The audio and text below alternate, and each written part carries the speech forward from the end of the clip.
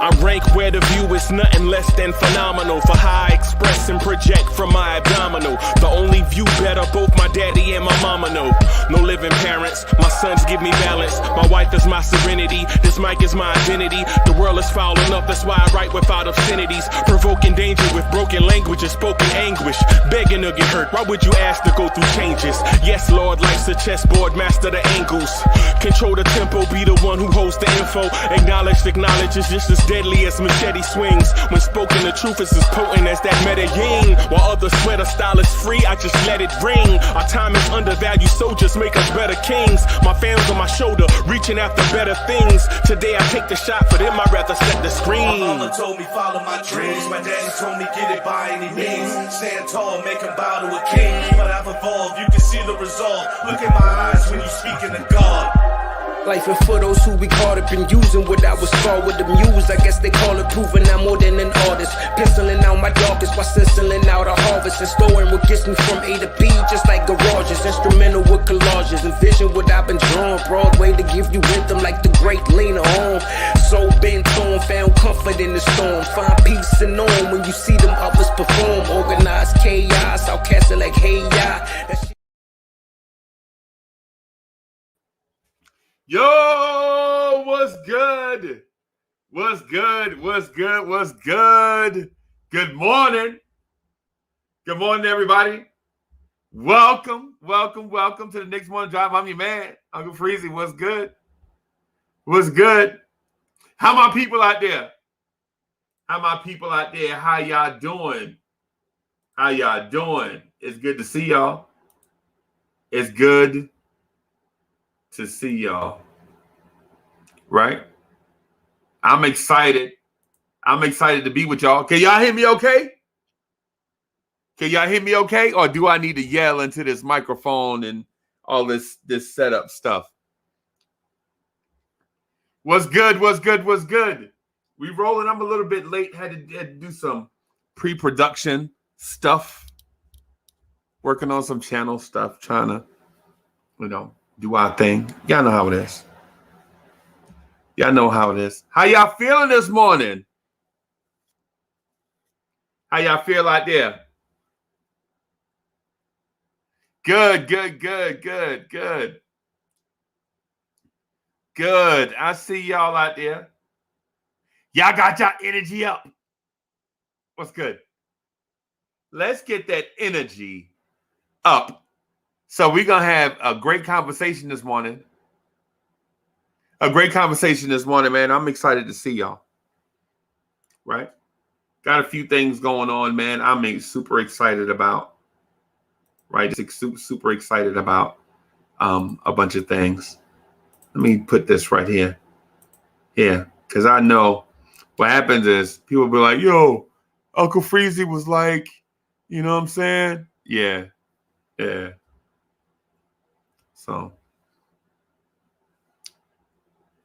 So we had a good conversation last night on the Knicks at Night podcast. You know what I'm saying? That was dope. That was dope. So Karen Fung says, at Blorange Tears, Knicks focus every NBA team update 2021 free agency big board. Nets get Nerlens Well, Frank to the Hawks, D-Rose to the Nuggets, the Bucks. Nah. I think everybody's coming back. And I'm going to get into that. Right? I'm going to get into some of that. Okay? I'm going to get into some of that. I want y'all to take that ride with me, though. We got to take that ride kind of slow. Right? Because I don't want to gloss over any points. I want everybody to understand what it is that we're looking to do for the future. We're going to break it down. And when we break down the future, we're not just going to break it down in a who gets paid by whom sense, but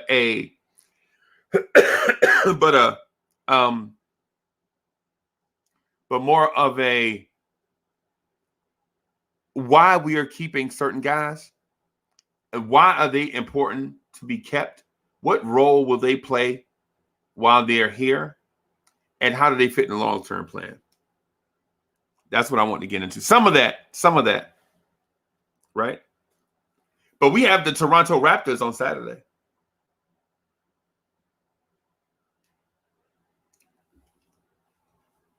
So we have the Toronto Raptors on Saturday, right? Let me see. Hold on.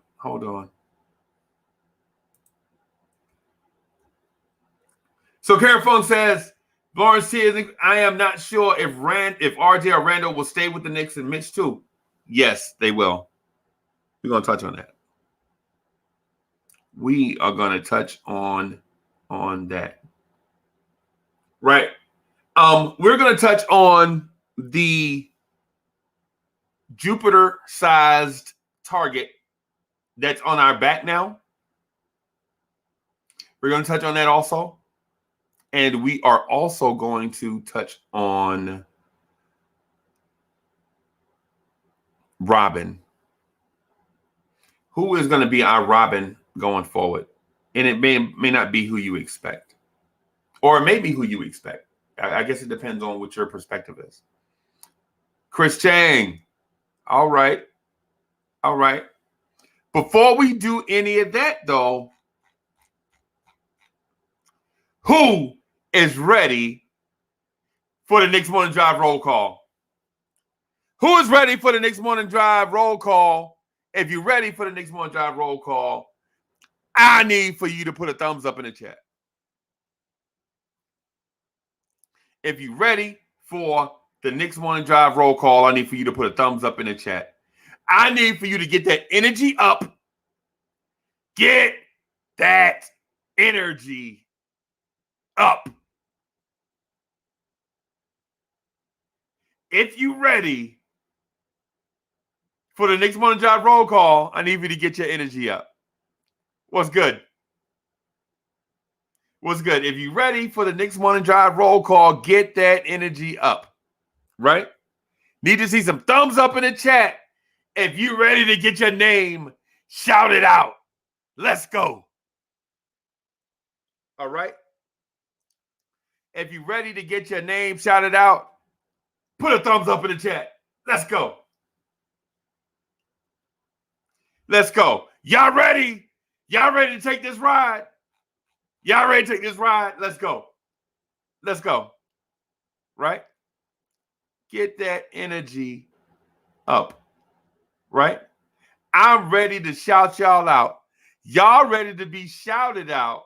Let's get that energy up, folks. I need to see some thumbs up in the chat for those that are ready to take this ride this morning. Right? Get those thumbs up in the chat. Hey, and make sure if you're not subscribed, subscribe to the channel. Smash that like button. Share on your social medias. Comment in the comment section below if you're watching on replay. Share on all your social media platforms. Come on in and join the party. Let's get this party started. Come on in and join the party, ladies and gents. This is our party, baby. This is our party. Look at all those thumbs up in the chat. Let's go. All right. We about to get started. The brothership about to take off. Y'all ready? Karen Fung is in the building. What's good? Rafael Diaz, what's good? I see you, bro. Kane Jerry, what's good, Kane Jerry? I see you. Chris B, what's good? Rick V, what's good? I see you. Philip Jones, what's happening? G Money, what's good? I see Rick V in here. You know what I mean? Ethan, what's good, bro? What's good? 0.5, what's happening? Quiet Money is in the building. What's good? Mama said, don't trust you. What's good? I see you. I see you in here. Chris Chang, my brother from another mother. What's good? I see you. Who else we got in here? Hey, Wapo all the time. What's good? What's good? What's good? I see y'all. Y'all lit this morning. Let's go. Brooklyn Belly, what's good? 0.5, what's good? Black University, what's good? I see you. I see y'all. I see y'all. Yeah, man, y'all got that energy up. Tomas Abreu, good to see you again, brother. What's good? What's good? What's good? Oh, yeah, y'all lit this morning. This show gonna be crazy. Kendall Rivera, what's good? What's good? Shout out and salute to everybody. What's good? What's good? So Karen Funk says, 1949 playing. Oh, you put a link to the. Okay. I see you. I see you. I see it. I see it. Hey, you know what? That's what they say. Joe Denman was good. Let's go. Let's get that energy level up. Let's go. Right? Got a bunch of stuff going on this morning, man. I'm excited. Man. I'm excited. And if you hadn't already, y'all know we have the swag store on deck, right? Got the swag store on deck.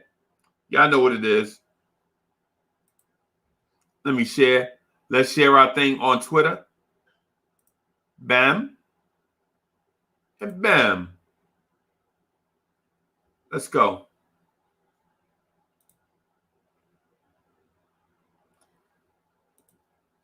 So, with that said, Robert Parr trying to sneak in the building. Robert Parr trying to sneak in the room. You can't sneak in here, boss. I see you.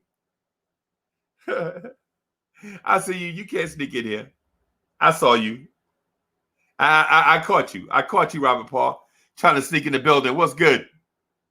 Good morning. Top of the top. Word up.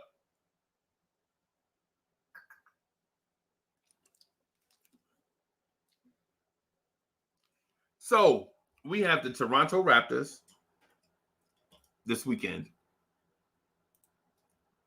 Right? So we have the Toronto Raptors this weekend.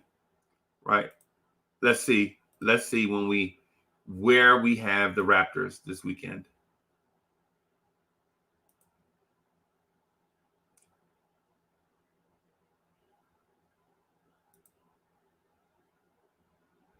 So the Toronto Raptors visit the New York Knicks Saturday afternoon at 1:00 on ESPN. Right? Right? And tell me that does not make you proud. That our boys are on ESPN every time you turn around. Christian Fortune, what's good? What's good, baby? Happy Friday. What's good, baby? What's good? Hey, Robert Parr said he's sneaking in like them people sneaking on the bandwagon. That's hilarious.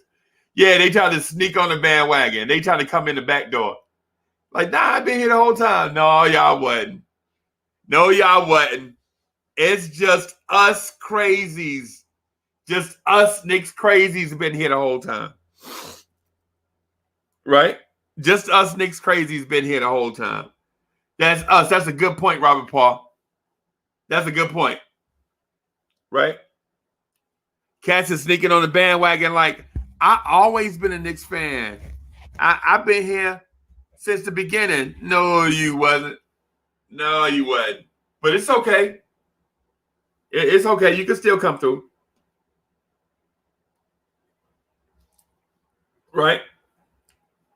It's all right. You can still come through, hang out, you know what I'm saying? All of that, enjoy all the benefits, all of that stuff. But you know what? We've been here since the beginning. And we rocking, bro. And we are Knicks crazies. Right? We are Knicks fanatics. We've been here since the beginning. So we got the Raptors on Saturday afternoon, right? And I wanted to bring up a point. We legit, in about 2 weeks or whenever we win 4 games, whenever we win 4 games, we will have a winning record. How does it feel? How does it feel to be considered a winner, Knicks fans? Y'all tell me. Knicks fans, how does it feel to be considered a winner? Think about what I'm asking y'all. I want y'all to put that in the chat. How does it feel to be considered a winner? Because after a bajillion years, we've been considered losers. Pudge Nice, what's good?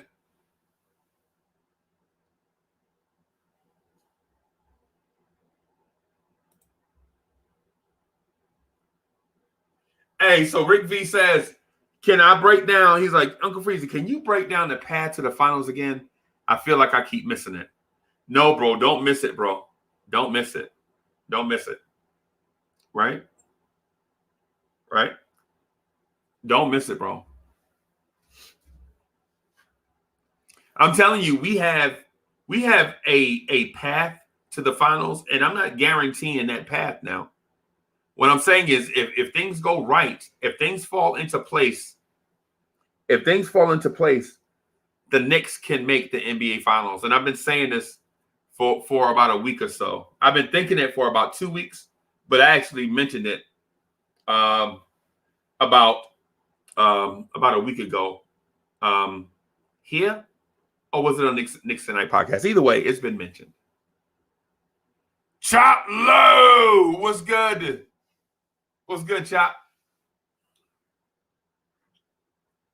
So the Knicks have a path to the NBA Finals, right?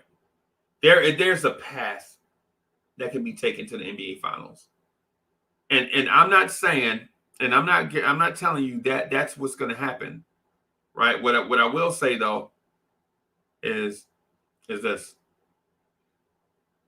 it's more realistic than you think, right? We have more of a realistic shot than people think. I'm not getting ready to say, I'm not going out on a limb and saying this is what's going to happen. I'm saying if things go right, we have a shot.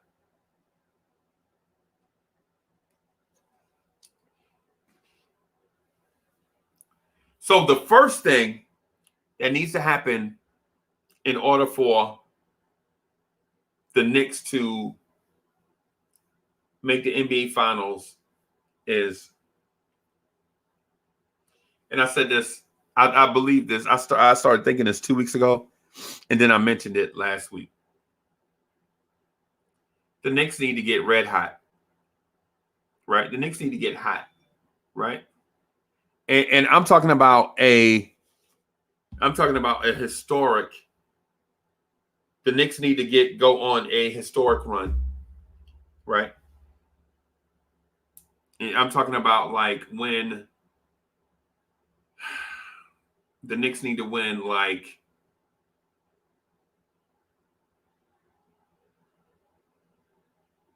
I don't know what to tell you. The Knicks need to win like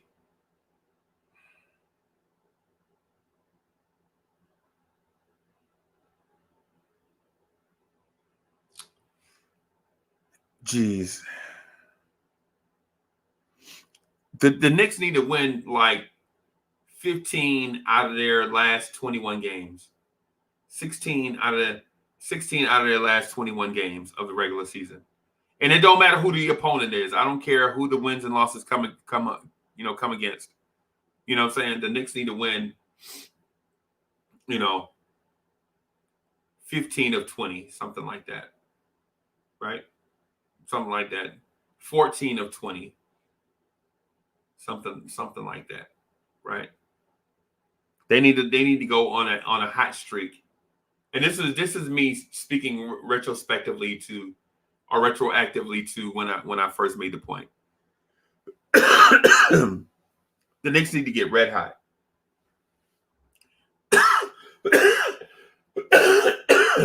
Knock off some teams.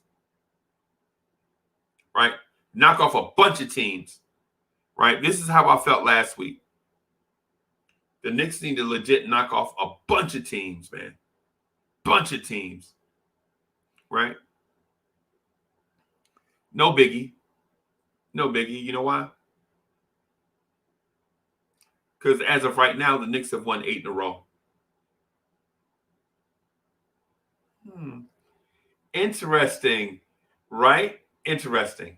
8 in a row, right? So the Knicks need to get hot and find themselves. And that win streak, it can't be all luck. The Knicks need to find out who they are and find out how to close games, right? No biggie. The Knicks have won 8 in a row. This is what I mentioned last week before we won 8 in a row, right? Secondly, the Knicks have to get the 4 seed. They have to get the 4 seed, right? It's a must that the Knicks get the 4 seed, right? The 3 seed, would be, but no, the 4 seed. The 4 seed is important. The 4 seed is important, right? The 4 seed is important, right? Not the 5 seed. Not the 5 seed, because we don't want to start. You don't want to start the playoffs on the road. Hey, listen, home court advantage is important for this team. Home court advantage will be super important for this team. And here is another reason why. Dripmore is in the building. It was good. Was good. So here's the most important reason why it's important for the Knicks to get the 4 seed is because the Knicks have legit played in a bunch of tough games, right? Bunch of tough games. A lot of wins, a lot of losses. But most importantly,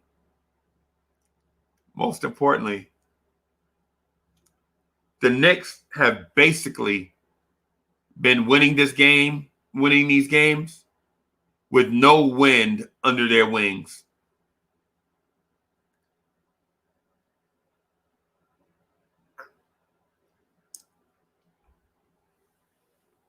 And I know what you're going to say. What do you mean? Uncle Freezy always use these old man cliches. Like, what does wind beneath my wings mean? So wind beneath my wings means this team has not played in high leverage games with fan support in their face, right? We support them through channels, platforms like this. And I understand that Julius Randle has a burner account. I think Christian Fortune is Julius Randle's burner account. You know what I'm saying? Or maybe Chris Chang. Maybe Chris Chang is Julius Randle's burner account. Right? Where Julius Randle will come in and hang out with the crew. You know what I'm saying? But this team has these high leverage games. This team has all these high leverage games, right? And they hadn't even had the real support of the fans. Are you serious right now?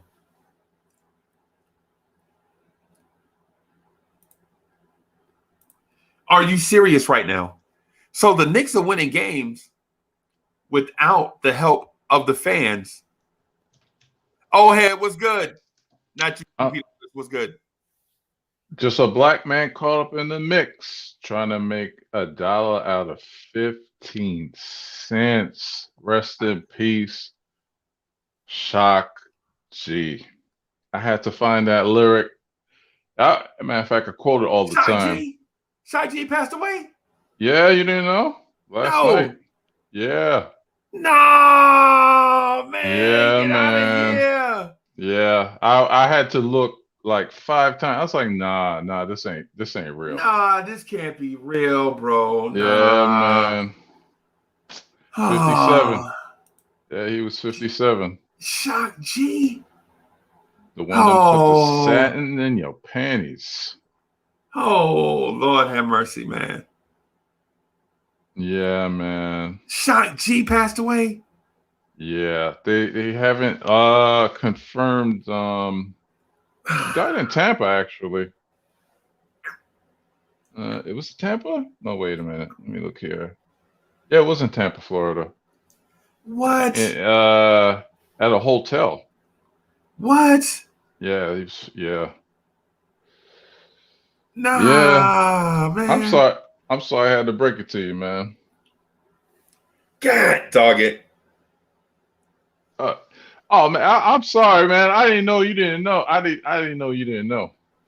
No, I did not know. Bro, I legit work all the time. Okay. All right. This is okay.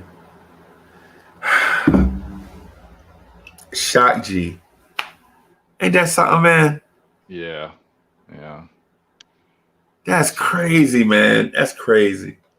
All right. So that threw me off a little bit, man. I'm sorry.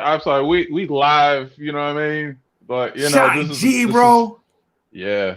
Dang, man. I said the same thing, man. This has been a crazy 2 weeks. DMX, Black Rob, now Shock G. It's like, man, we forgetting, man. Like, we're old.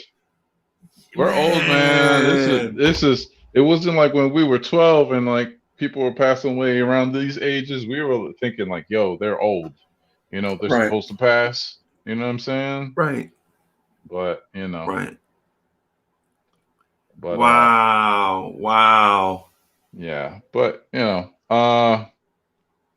what were you talking about before I laid that down? I thought you knew. No, I did not know. Yeah. I would have probably tried to do some tribute to him or something if I had known. I'm a huge Shock G fan. You still have time. Yeah. I cannot believe Shock G passed away, man. Wow. Well, all right. Shock G. Man, Shock G was an innovator, bro. He was. Oh, and you know, man, looking back, it was like, man, hip hop had its freedom to be creative. right. You know what I'm saying? He had that alter ego, you know, the Humpty, you know, Yep. and that Humpty dance, that was like number one. Right. You know what I'm saying? Yeah. You know, that, yeah, man. And I remember it was so big. I remember I think he had gotten in trouble for not in trouble, but he had to use he used a line in there about Burger King. Yeah. That line? Yeah. Yeah. And then Burger King was like, you know, No. sis, you know, whatever. Yep. He got busy in a Burger King bathroom. Burger King bathroom. I remember Right. Yeah, I think people were like encouraged to get busy in the Burger King bathroom after that line. Right. Man, I cannot believe. Man, the years go by so fast, man. Fam. Oh my gosh. The years go by fast. Man, too fast, man. But man, you made me forget everything what you started off with. So I was asked, what is the pathway for the Knicks to get to the NBA Finals? Oh God. Right. And so, but the thing is, before this winning streak, before this man. But no, before the win streak, I mentioned on the Knicks at Night podcast that there is a pathway for the Knicks to get to the NBA Finals. Now, with that said, I didn't guarantee anything, and I want to be clear about that. So I didn't guarantee anything. But what I did do is open up the thinking of Knicks fans. So we were legit talking about the same thing over and over and over again. And I mentioned to them that instead of talking about the same thing over and over and over again, how about we do this? How about we look at this? And so I mentioned the pathway for the Knicks to get to the NBA Finals, right? And here's how we get there, right? The Knicks have to get red hot, right? Like the last 20 games, the Knicks have to go like 12-6, 13-7, or whatever it is, right? Whatever it is. So the Knicks have 12 games to go, I believe. Yeah. And so based off of what I mentioned last week, they only need to go 6-6 the rest of the way. But nobody knew that they were going to win 8 in a row, right? Mm-hmm. So I'm not saying that I predicted that. I didn't predict an 8-game win streak, right? So let's not go there.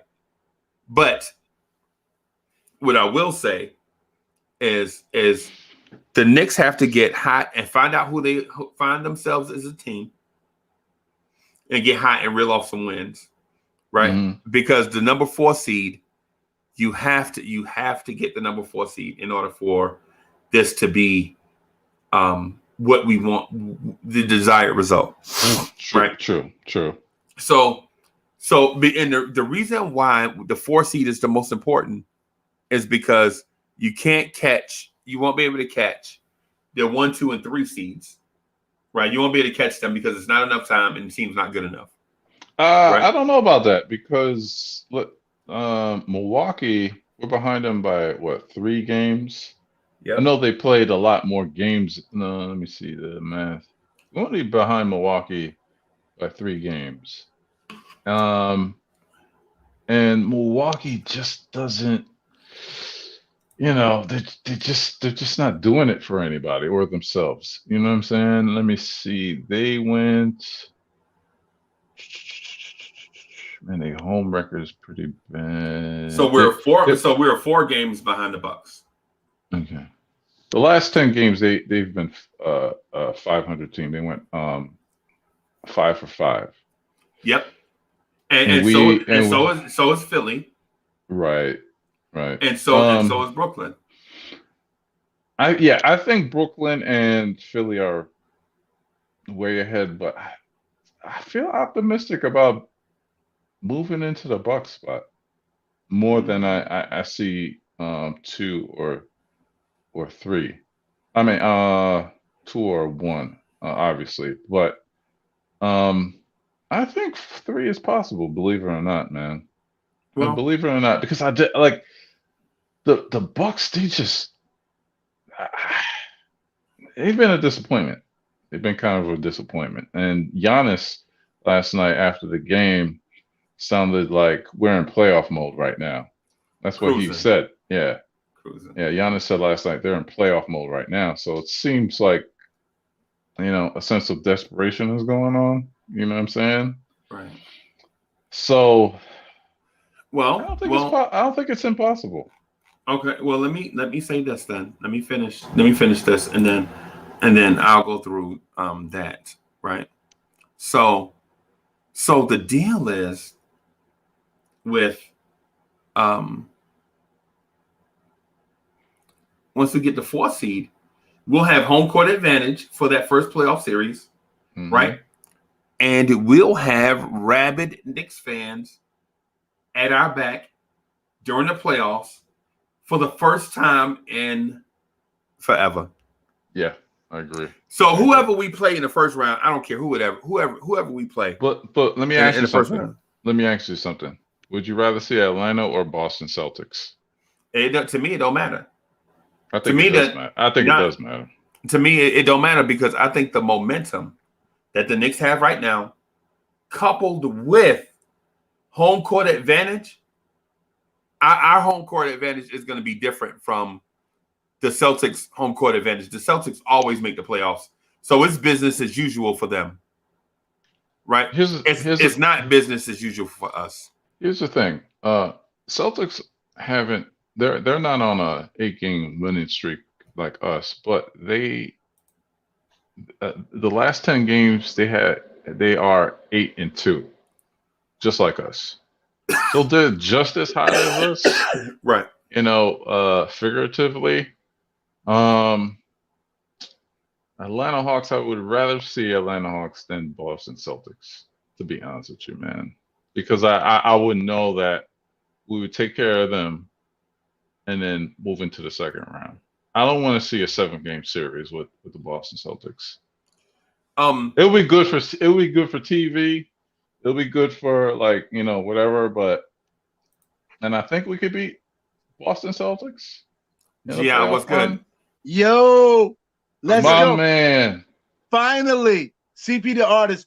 Hey, soon as I pop in, Freezy, CP the artist says, finally, Daddy spending time with me. Oh, wow. Wow. Dad,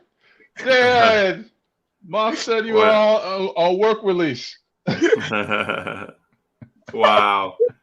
Well, he's like, finally, Daddy home. I don't know about catching. What you call Milwaukee. Let's just hold the 4th seed. That'll be. Let me tell you something. Right. I went trolling yesterday. I was on a troll mission last night. So I went looking for Chicago blogs. There's a dude from Chicago we know, right? SB Sports. Right. I went to SB's platform. I went to another brother. The hate we get now. Where y'all gonna go from here? Y'all gonna sign Randle? Randle number 1? I said Randle's playing as the best power. God, tell me somebody on your team. They had a hard time telling $20 million. You giving somebody $40 million and he not producing like Randle is? Are you right? Facts. They had nothing to say. So they start saying, oh, so I had a Celtic fan really saying that, no, we're not underachieving. We're playing great basketball right now. I said, y'all playing great basketball right now? We was 3 games under y'all and we took your position. So how good basketball? I was like, yo, what are you talking like? Right. It's crazy to be relevant in the conversation. Right. Yeah. CP, it's crazy. Yeah, and I had to say my mea culpa, whatever it is. I had to say my apologies, but I ain't never going to get forgiven for it. Who? Me. Who? To the Knicks Nation. To the Knicks Nation for my Knicks take on they ain't that good. Boy, was I wrong? Well, I'm mad enough. I'm man enough to say when I'm wrong. No, CP. Right. I'm gonna be honest, and it's gonna be weird to say. The Knicks have one of the weakest rosters in the NBA, bro. You do not have. I had no problem saying that to those guys last night. But guess what guess what it forced them to do? It's a positive. It forced them, especially to the Chicago fans who've played below 500, and it was very Knicks fans, me and Freezy included, that was talking about how great their trade was and how they made moves at the deadline and how it's going to be hard to hold them off. These dudes are saying, yeah, but we still need a point guard. How you going to go get Vucevic? How you going to, did they do something? And they say, well, we'll be able to play night in, night out. We get a point guard. I said, you done? They said, yeah, we're done. I said, we have Elf Payton. What the hell is doing? They are 9 games under 500, man. And they was like, yo, Elf Payton is the. Then those guys they was like, holy crap, Elf Payton is the starting point guard. Yeah. How easy is it going to be for us to upgrade? Bro, it's crazy. I had a weird scenario. So what's fill me in on the Chris Paul situation. Now, so Chris Paul, does he have a player option or a team option that will allow him to be a free agent this summer? Is that what's the scenario with that? No, his contract is solid. His contract is solid. It ain't no options. I don't think he has no options. See there. I could have swore it was like in green or something like that. Like he was. Okay. I didn't check, but I doubt. Let me check. You know what? I got laptops. Yeah. Wow. Yeah. Go Go ahead. Get the You word. you the intellect. You know what I'm saying? So you know Yeah, don't just be ghetto all the damn time. yeah, man. You know, be like Inspector Deck. You know, psychological thinker. You know what I mean? Okay. All right. 2022. Oh, He's a okay. free agent, flat out. Now, something Okay, in so green. What do you mean? It is in green. What does that mean? Oh, he has a player. He has a player option. He can opt out. yeah, that's what I'm saying. So if he opts out, could he come to the Knicks? So could who opt out? Chris Paul. Chris Paul. Oh, okay. He Yeah. ain't opting out. You know how old he is? Bro, I'm gonna say this, and I know y'all are doubters, but I just want to finish this so that y'all can hear what it is that I'm saying in its entirety. That way, if I'm wrong, then you can call me on it. But I can't be wrong off something if you can't hear my incomplete thought. Right. So the Knicks get the 4 seed. Regardless, whoever they play with the 5 seed, I think the Knicks are gonna win based off of momentum, right? Because right now the Knicks are red hot, right? The hottest team in the league. Period. Nobody can dispute that, right? Because no other team in the league has an 8-game winning streak, right? No other team in the league. Whoever we catch, whether it's Atlanta, who we always beat, or who we beat a lot, or Boston, who always wiggles off the hook against us, right? Whether it's one of those 2 teams, we have them, or whether it's Charlotte, or whoever it is, whoever winds up in that 5 spot, right? Whether it's Atlanta, Boston, Miami, I like our chances against any of those teams in a round 1 matchup. Now here is where I believe our path begins to get paved with gold, right? So there is always a top seed upset in the playoffs, always, because and when you think about it, I'll use last year for an example. Last year, most believed that the NBA Finals was going to be the Milwaukee Bucks versus the LA Clippers, right? If we don't use revisionist history and be like, oh no, man, I thought the Lakers was gonna make it. I knew the Miami Heat was gonna make it. If we just be real with ourselves, we'll say that last year we thought the Milwaukee Bucks were gonna make it, right? Because the Sixers. I didn't. No, I didn't. They didn't play well. They didn't play well in that whole bubble. But you saw the bubble though, CP. What I'm saying is, before we got to the playoffs, before the playoffs started, nobody knew that the Bucks were not going to make it. You know what I'm saying? Nobody predicted the Miami Heat to make it from the Eastern Conference. I think the bubble, like, it was like such a fair. How should I put it? Like there was no home field advantage. You know what I'm saying? And there was no travel. So it was anybody's game. And they didn't want to be there. People complain about the food, the rooms. So it was like a toss up and stuff like that. And also who'd you predict before the playoffs started? Lakers. Clippers. No, it was Clippers.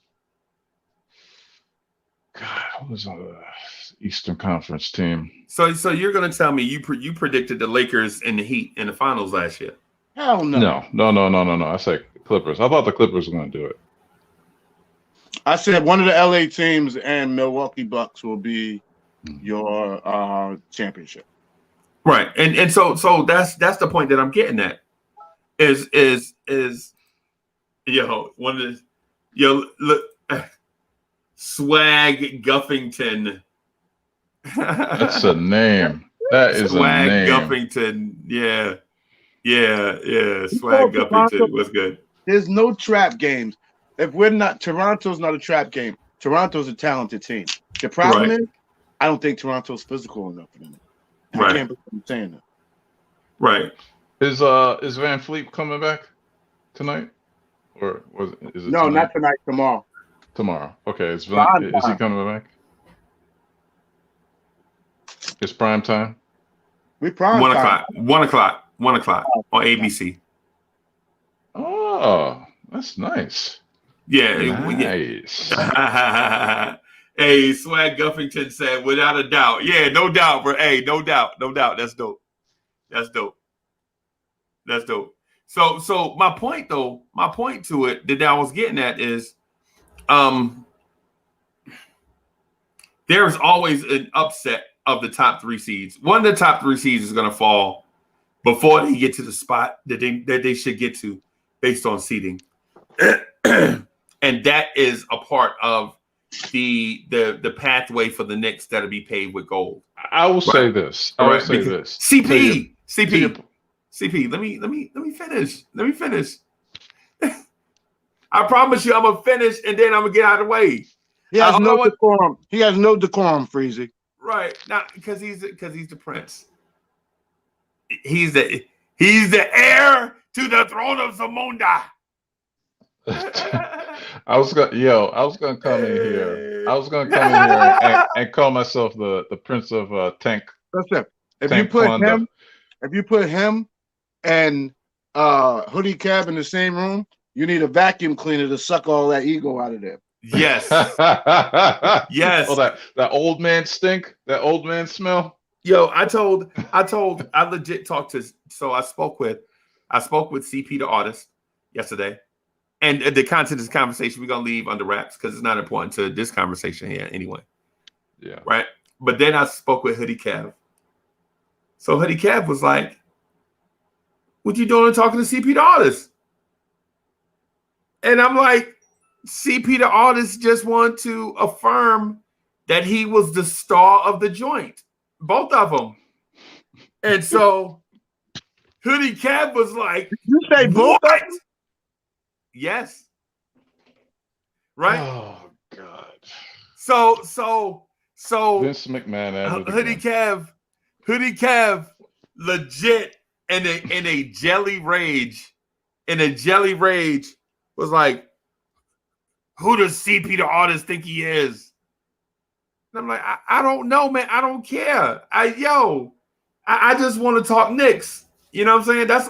That's it in a nutshell. All I want to do is get the homies together and talk Knicks. All of them. That's not our conversation. But go ahead. But that all I want to do is talk Knicks. That's all. That's the reason why we do the live stream, is so that we can talk Knicks. Hoodie Cav was like, "What'd he say?" And I'm like, "Hoodie Cav, I'm not gonna be bullied, bro. I don't bully that easy. You know what I'm saying? You ain't gonna." Hoodie Cav said, "Tap him in on 3-way." Yeah, he like, yo, do y'all have the transcript of the conversation that you can email to me? No, Hoodie Cav. Soon as he heard somebody say share the spotlight, he was like, I'm already sharing it with you, Uncle Freezy. I'm already taking 99%. You get that 1%, man, we good. Ain't enough room for nobody else. But anyway, moving on. So the next pathway to the NBA Finals is this. The Sixers are a second round exit every year. That's them. Their ceiling, as currently constructed, and I don't care nothing about people gonna be like, Joel Embiid playing like the league MVP. Really? He hurt again. He is hurt right now. Don't tell me about Joel Embiid playing like the league MVP, because we always hear this talk. And then when the playoffs get here, one or both of them are hurt. Right? And you couple that with Doc Rivers, who is the notorious second round exit coach. Regardless how much talent he has, when he gets to the second round, except that one time when he had a historic roster. You know what I'm saying? But for the most part, Doc Rivers is a second-round coach. If we catch Philly in the second round, I'm saying the Knicks will beat the Sixers in 6 games. Right? Yeah. I'm saying the Knicks will beat the Sixers in 6 games. Now, with that said, who do we play in the Eastern Conference Finals? Right? That would be determined by whoever got knocked off. Is it Brooklyn or is it the Bucks? Who got knocked off in the second round? Who was upset? Who had the unforeseen injuries or whatever, and they couldn't make it to whatever? So now, whoever that team lost to, whoever Brooklyn lost to, let's say it's the Miami Heat, a lower seed knocking off a big dog. I could see that happening. That was the point I was going to make. I see that happening. So now you have the Knicks with home court advantage versus a Charlotte Hornets or a Miami Heat. G.I., do you like your chances in a 7-game playoff series against the Charlotte Hornets or the Miami Heat? Charlotte Hornets, we will beat. I know what you're about to say. If it's Charlotte, we're going to whoop them up one side and down the other, right? Miami Heat, we nervous because we've been in close games with the Miami Heat and have never been able to get over the hump. Time out. Let's the reality check. Okay. If Charlotte will play Philly, so you're saying Charlotte will beat Philly? No, bro. I'm saying we play Philly in the second round and win. Because Philly has no. Charlotte will play Philly. So the winner of that will be our second. No, CP. No. How can Charlotte play them and win, and then we play the loser? No, it's the playoffs. No. I thought you said, who would you rather see? No. Philly. No. Okay, I guess I got confused because no. What I said was this. I said the Knicks play either the Celtics, Hawks, or Heat in the first round as the 5 seed. We're the 4 seed, and one of those 3 teams will be the 5 seed. Right. The Philadelphia 76ers will win their series, the 1 versus 8. Gotcha. Right. So the 4 seed will play the 1 seed. The 2 seed will play the 3 seed, or the winners of those. Right. Okay. So here's the thing. Once we beat Philly in the second round, and I want y'all to bear with me on this. Every year, a top 3 seed gets knocked off unexpectedly. The top 3 seeds never make it, to the second round. Right? They never make it to the second round. And they never make it to the third round because the third round is only 2 teams playing against each other. Mm-hmm. Right? So now, when I asked, who is that top 3 seed that gets knocked off? Is it Brooklyn or the Bucks? Brooklyn. I'm gonna pick Brooklyn because I'm gonna go with a team that's that has chemistry against the team that's trying to find chemistry. Okay. And if Brooklyn faces Miami, who has chemistry, who has a defensive mindset, I think they're going to lose. Milwaukee's the team that will be out. You said with top 3 teams, only 2. Right. Well, a top 3 team gets knocked off every year. That's going to be Milwaukee. Right. So now you're talking about whichever team it is, the team that knocked them off would face the Knicks in the Eastern Conference Finals. Think about that. Think about the Knicks versus the Indiana Pacers, or the Knicks versus whatever the Miami Heat, Indiana Pacers, whoever it is. We talking about in the first round? No, I'm talking about in the Eastern Conference Finals. How does the Pacers get there? Are you just saying? Because I think they're like the 8th seed, right? No, they're 9th now, currently. Okay. And they're behind. They're like 2 games or Charlotte something might be like the that 8th behind. seed. Charlotte might be the 8th seed. Okay. Yeah, so you don't like your chances against the Charlotte Hornets. That's not what he's saying. I don't see Charlotte beating Philly. Right. No, Charlotte won't beat Philly, bro. Listen to what I'm saying. Okay, let's just go by normal seeding. Okay, so if Philly plays Charlotte, right, right, that Philly advances, right. The Knicks. That's what I was saying earlier. Okay, go ahead. So the Knicks play Atlanta, and the Knicks advance, right. That means the Knicks will play Philly, right. But in the other bracket, you have Brooklyn versus Miami as the 2-7 matchup, and then the Bucks versus the Celtics in the 3-6 matchup. One of those top 3 seeds is gonna lose, right? It's history. It's how it works. Right. And so say if it's Brooklyn versus Miami, do you think Miami will knock off Brooklyn? I think so, but I might be in the minority. It depends.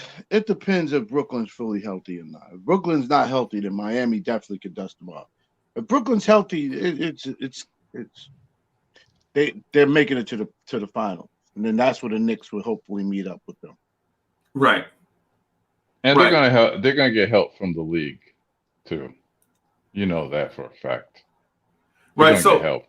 So if Brooklyn knocks off Miami, right, and say the Bucks knock off the Celtics. You said no, not all 3 win though, but go ahead. Right. Okay. So which one do y'all prefer? Miami knocking off Brooklyn or the Bucks losing to the Celtics? I think the Bucks to the Celtics is more reasonable. Okay. All right. So there's your matchup. There's your matchup in the Eastern Conference Finals: the New York Knicks versus Boston Celtics. Oh, I like our chances against the Boston Celtics. Bro, listen to what I'm telling you.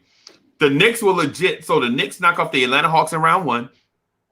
They knock off the Philadelphia 76ers in round 2 and play the Boston Celtics in the Eastern Conference Finals. And y'all are telling me that the Knicks don't have a pathway to the NBA Finals. Well, you just created one. It took you as a racing and you. Yeah. No. I just need a clarification. Because the top 3 seeds all never make it. Y'all know that. I can't sleep on Philly though, man. We don't have an answer for Embiid, bro. Well, Philly, he's saying Embiid will be hurt. He hurt right now. He got a shoulder injury. He's banking on Embiid getting hurt. No. I'm gonna be honest. That's a legit bank. Hey, I'm gonna just bank it on this. I'm gonna just say this. I think they play better without him though.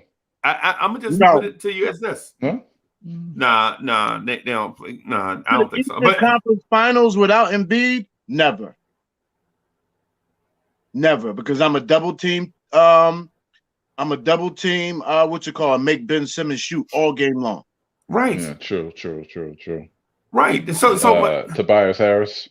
Yes, I'm a double team Tobias Harris and keep the ball in. I'm gonna make Ben have the ball 80% of the time. Ben will quit after the second game. Ben will have an injury. He won't come back. He'd be so embarrassed. The Kardashians won't want to date him no more. Put him on the floor. The floor without Embiid, and they will talk about the most overrated. They will talk about the most overrated superstar in the league is Ben Simmons, and in 2 years that will be his tag. The most overrated, a guy that could just play defense. So what about this though? What about this? When has Philly, in recent memory, advanced past the second round of the playoffs? Last year. What? No, they didn't. They lost in the first round last year. 2 years ago. No, they didn't. They lost to Toronto. They lost to Toronto on the Kawhi shot 2 years ago. Yeah, that was you said that was to go recent to the memory. Finals. I thought that was to go to the finals. No, that was in the second round. Oh, no, that was the conference finals. No, it wasn't. No, it wasn't. Toronto beat Milwaukee in the conference finals. Oh, okay. Wait a second. I gotta look at this, man. I could have swore it was to go to the NBA Finals. No, that wasn't. Wait a second. No, that wasn't. That was they lost to. I mean, they beat Milwaukee to go to the NBA Finals. Yeah, he's right. Right. I'm telling you. Sorry. I'm telling you, the Sixers have a glass ceiling that y'all are not recognizing. I'm not. I thought they made it to a conference final at least. No. That team is not a championship contender. They talk like it, they walk like it, they might even smell like it. But you know what? They are not. Well, they play the regular season like they do. Right. Right. But they are not. And they have one of the best players in the NBA. You know, if you have one of the best players in the NBA and you win in games, they automatically somehow this stigma gets put on you. This criteria that you're because you have one of the best players in the NBA, you're a finalist. That's why they would. That's why those other teams. When I was having those discussions yesterday, they were like, "No, this team, it's impossible. Your bubble will burst. You don't have a star." And I said, "Why can't Randle be considered a star?" That's why I don't want to get rid of Randle. Honestly, I don't want to get rid of Randle because I want to be able to go and tell people, look what we did with something that nobody wanted, nobody valued. That's the guy. We keep looking for the guy to walk through the door, and we got a guy walk through the door doing it. This is even greater than Melo. I try to stay away from that Melo conversation because, man, that the last 3 years of discussing Melo drained me, man. I almost didn't want to be a Knicks fan. It's not much that take away me from being a Knicks fan. The Melo thing, long after he left, hurt because the fans just couldn't get over him, man. It's like he was more important to the franchise 2 years after he left. This year has just been, it's just wiped the slate clean, and we've been able to be fans. I just can't believe how amazing this is. I feel bad for. I don't feel bad for guys who think we're one of the best teams in the NBA because you're clueless. I can't do anything with nobody being clueless. I feel bad for Chuck and CP. I do. What? I feel bad. Yep. The fade for K.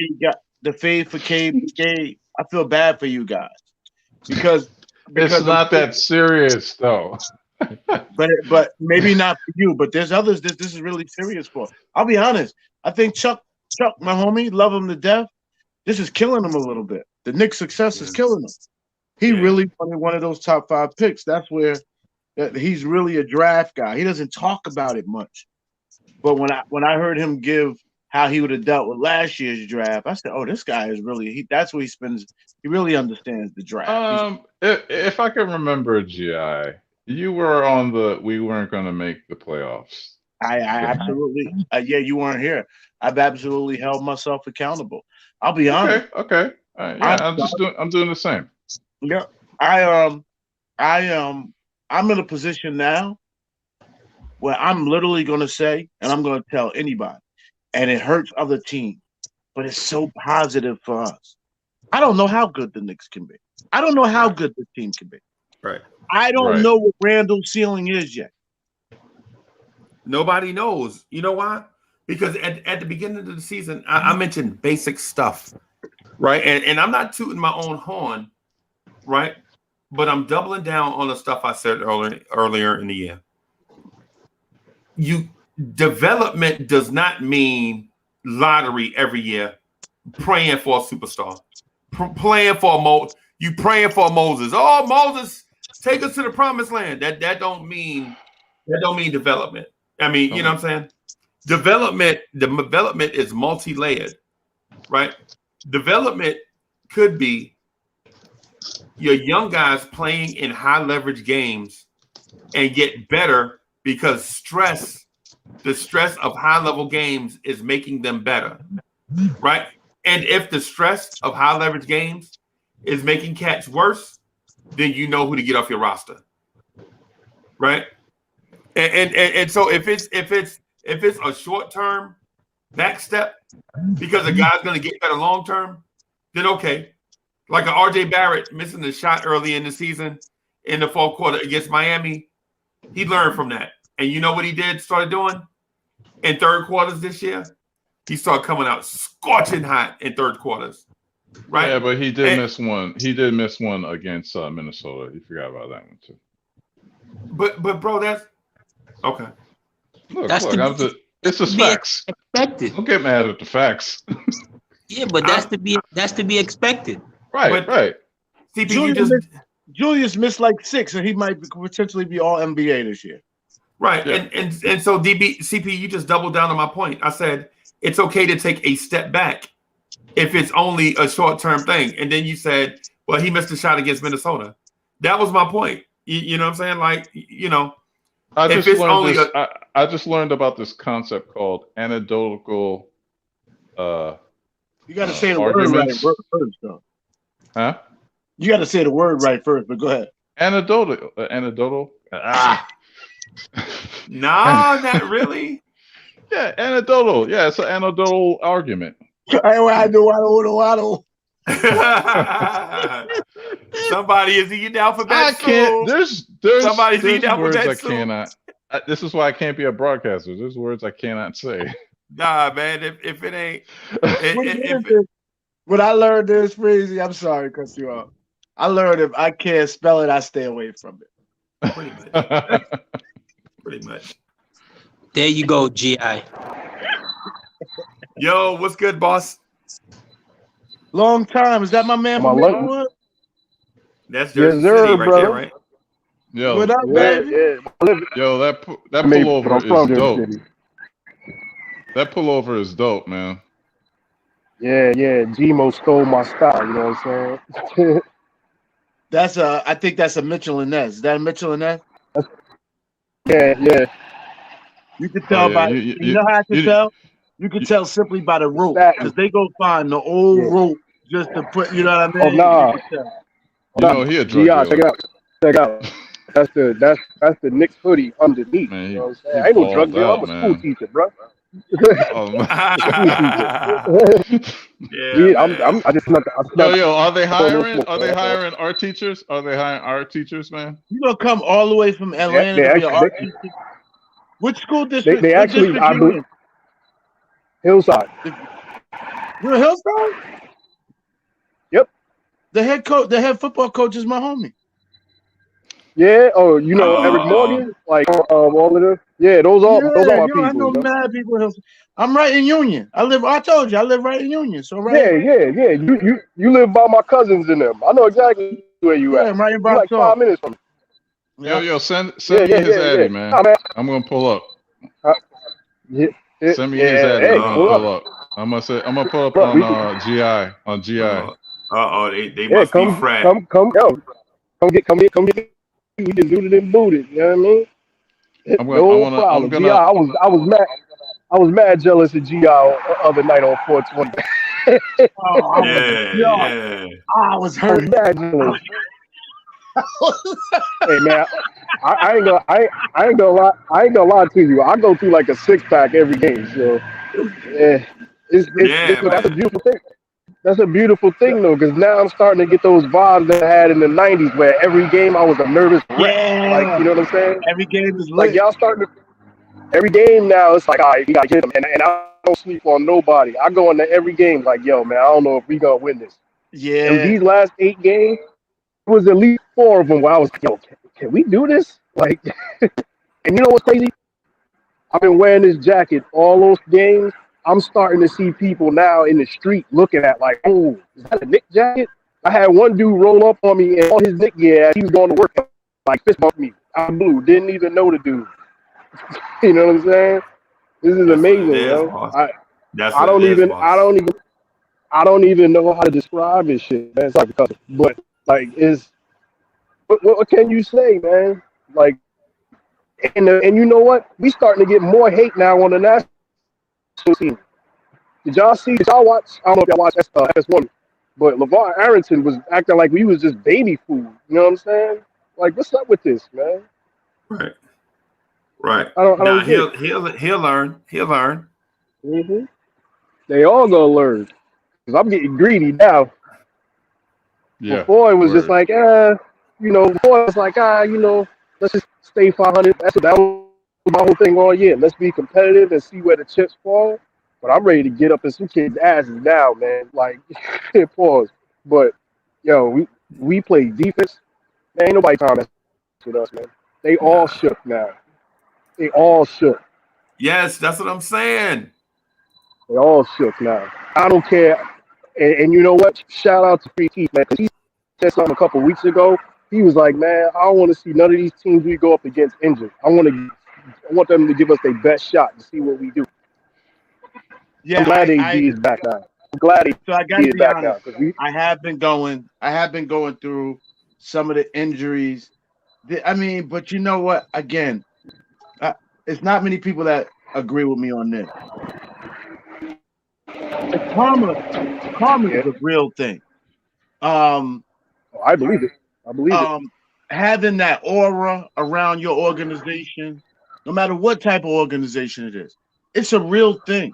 Mm-hmm. You know, and certain situations when the stars line up and start moving together, there's nothing that your organization can do, even if you look at it, has less resources than the other organization, less talent than the other organization, but somehow that organization, because they continue to do things the right way day in and day out, it's hard to stop greatness. And people think you need great people for greatness. No, a team of average individuals can come together and move effectively the proper way and come out with great results. And I think, and I didn't think I'd be talking about this team like that, but you're right. In order to really test how great it is, you got to have the other person's best. So we're like the Detroit Pistons. And I say that I said it respectfully. I'll take that. That year, a lot of people got hurt. Yeah. A lot of teams. I don't know. But yeah, well, I mean, think about it. The Detroit Pistons were, kind of starless. I mean, they did have Rasheed Wallace, but we're showing that all they had was a really good coach that put a defensive team together, and they ran through the. So that's what it's kind of looking like. Hey, see, this is what I think we all need to, not to be talking money like Bruin Size says. And I agree with that, but I think instead of comparing this teams in the past, we need to just start saying this is the 21 Knicks. Because I'm 39 years old. I've been a fan since 91, 92. I've never seen nothing like this on the Knicks. I can't they play 90s defense, yes, but those 90s teams wasn't like this. I've never seen a team that's beaten out Vegas twice now and it's still going. So I think we should just compare the team to this team. You're breaking up, boss. Like breaking up. I'm about to. It's cool because I'm about to go back in, man. Yeah, it's probably the wind. What's that? It's a little windy outside today, so it's probably just the wind. Yeah. No, I'm about to go back in. I just wanted to come on with y'all, sneak a boat in real quick, man. Seeing the jersey. Salute, so I had to say what. Salute, King. I'm gonna check y'all out later, man. Make sure you send me GI's Addy. Yeah, yo, is that? I'll put my stuff in the back for you. Is that City? I'm here quietly. I'm not trying to start no trouble. Hey, City, what's good? Please not this morning. Hey, City, I gotta give you your props, homie. I gotta give you your props. You do a great job on the night show, bro. You do a great job. You're with somebody that I would put in a meeting and say, I run this by the protocol. You really pay attention to the agenda items. You make sure you double back, do the housekeeping. That's an administrator. I like administrative type minds. Thank you, man. Thank you. I appreciate it. I just be, listen, man. I just be there, having fun, chilling with the guys, talking to the people. Like, you know what I'm saying? That's my thing. I love doing it. I love talking to the people, man. That's where I came from. And I also got to give you your props because you are one of the very few, other than Rob. I got to give it to Rob that you know how to handle Kev. You let Kev be great at the same time. That takes a talent because last night Kev just was on this funny rant, and I could see how he don't got no voice. And I forget what the rant was. I forget what it was, but it was funny. I was like trolling him, but he was being funny. he just kept saying, what are you telling me? You're gonna keep out Peyton over such and such, Right. and his cadence, and he's screaming. It sounds like he's screaming it, but he probably isn't because his voice is so deep. It was pure. I mean, you could have packaged it, put it on Saturday Night Live, because y'all just kept throwing stuff at him. I don't remember. Let's say Kira Lewis. Let's say something like, you're going to trade Kira Lewis for. Y'all talked about trade Kira Lewis for Quickly. You're going to trade Kira Lewis for Emmanuel Quickly? Are you crazy? Somebody save me. Elizabeth, this was the big one. I'm coming back on you. Yo, and he just kept going. And I was like, this is pure entertainment. It was pure gold last night. Yo, were you on here when he first lost his voice? It was a couple weeks ago. He was on here. I was backstage dying. I was crying. I heard people telling him, City was telling him, bro, you're gonna lose your voice. You're on your third string. Yeah. You on your third string vocal cord. You on your Theo Pinson vocal cord, bro. What are you doing? What are you doing? So I'm gonna just say this one last thing about the Knicks getting to the finals, and I'm gonna shut up about it, bro. I do believe there's a pathway. The pathway we mentioned, it may not be perfect, right? But it is a pathway. Like other pathways that exist are the Knicks get the fourth. The Knicks get the fourth seed. They lose to the fifth seed, and our season's over. The Knicks start losing games. The Knicks start losing games down the stretch. We mess around and get the seventh seed. Excuse me, and we get swept by Brooklyn. That's a pathway, right? I don't want none of that. Because I mean, if you're gonna make the playoffs, make it all the way. That's that. Look, no looking back. Beat who you're supposed to beat, and make it hard on the top seeds. Right, but we can't legit criticize one pathway when there are others. There are other paths to end the season. And see, I chose to look at the bright side of it. Hey man, the Knicks could make the NBA Finals if this road aligns the way that we think it will, or that we hope it will. Notice I said when we get to the finals, I didn't even predict a victory. I didn't even predict the team that we play, right? Because if this team legit made the NBA Finals, it doesn't even matter who we play at that point, because this team overexceeded. Yeah, expectations, right? Mm-hmm. People legit said this team might win 18 games. And if they make the NBA Finals, I'm here to tell you, Disney should make a movie about it. You know what I'm saying? That's what I'm getting at. Like the expectations for this were so low and so guarded, right? And so troublesome to think about. Will it be called MSG Vision? I don't know. A fish named Wanda? I don't know. How did we do last night? Because I'm scoreboard watching now. I can't believe this. It's April 23rd, and I'm scoreboard watching.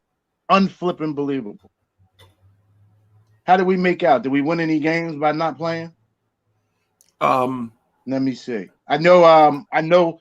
Obviously, we won one because Chicago and Charlotte were playing each other. So that's a one game we got. And so Charlotte lost to Chicago. The Celtics beat the Suns, huh? Wow.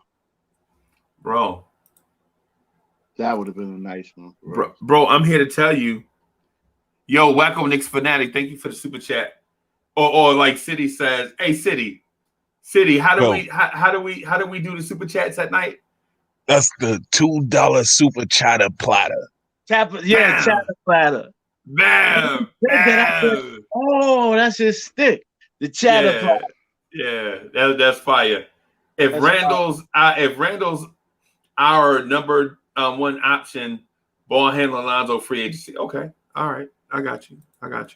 Why do you got guys? Julius Randle comes down and he runs a beautiful play for RJ Barrett, which is flipping borderline unstoppable. Once RJ gets going left, my goodness. Right. And you got to get up on Randle because you can't just give him that three. Right. So Randle creates an offense for RJ that RJ thrives in. Why can't he ball hand in that situation? Randle passes the ball to Reggie Bullock all of that. Bro, y'all, there was a narrative that LP only passed. Let me tell you something, man.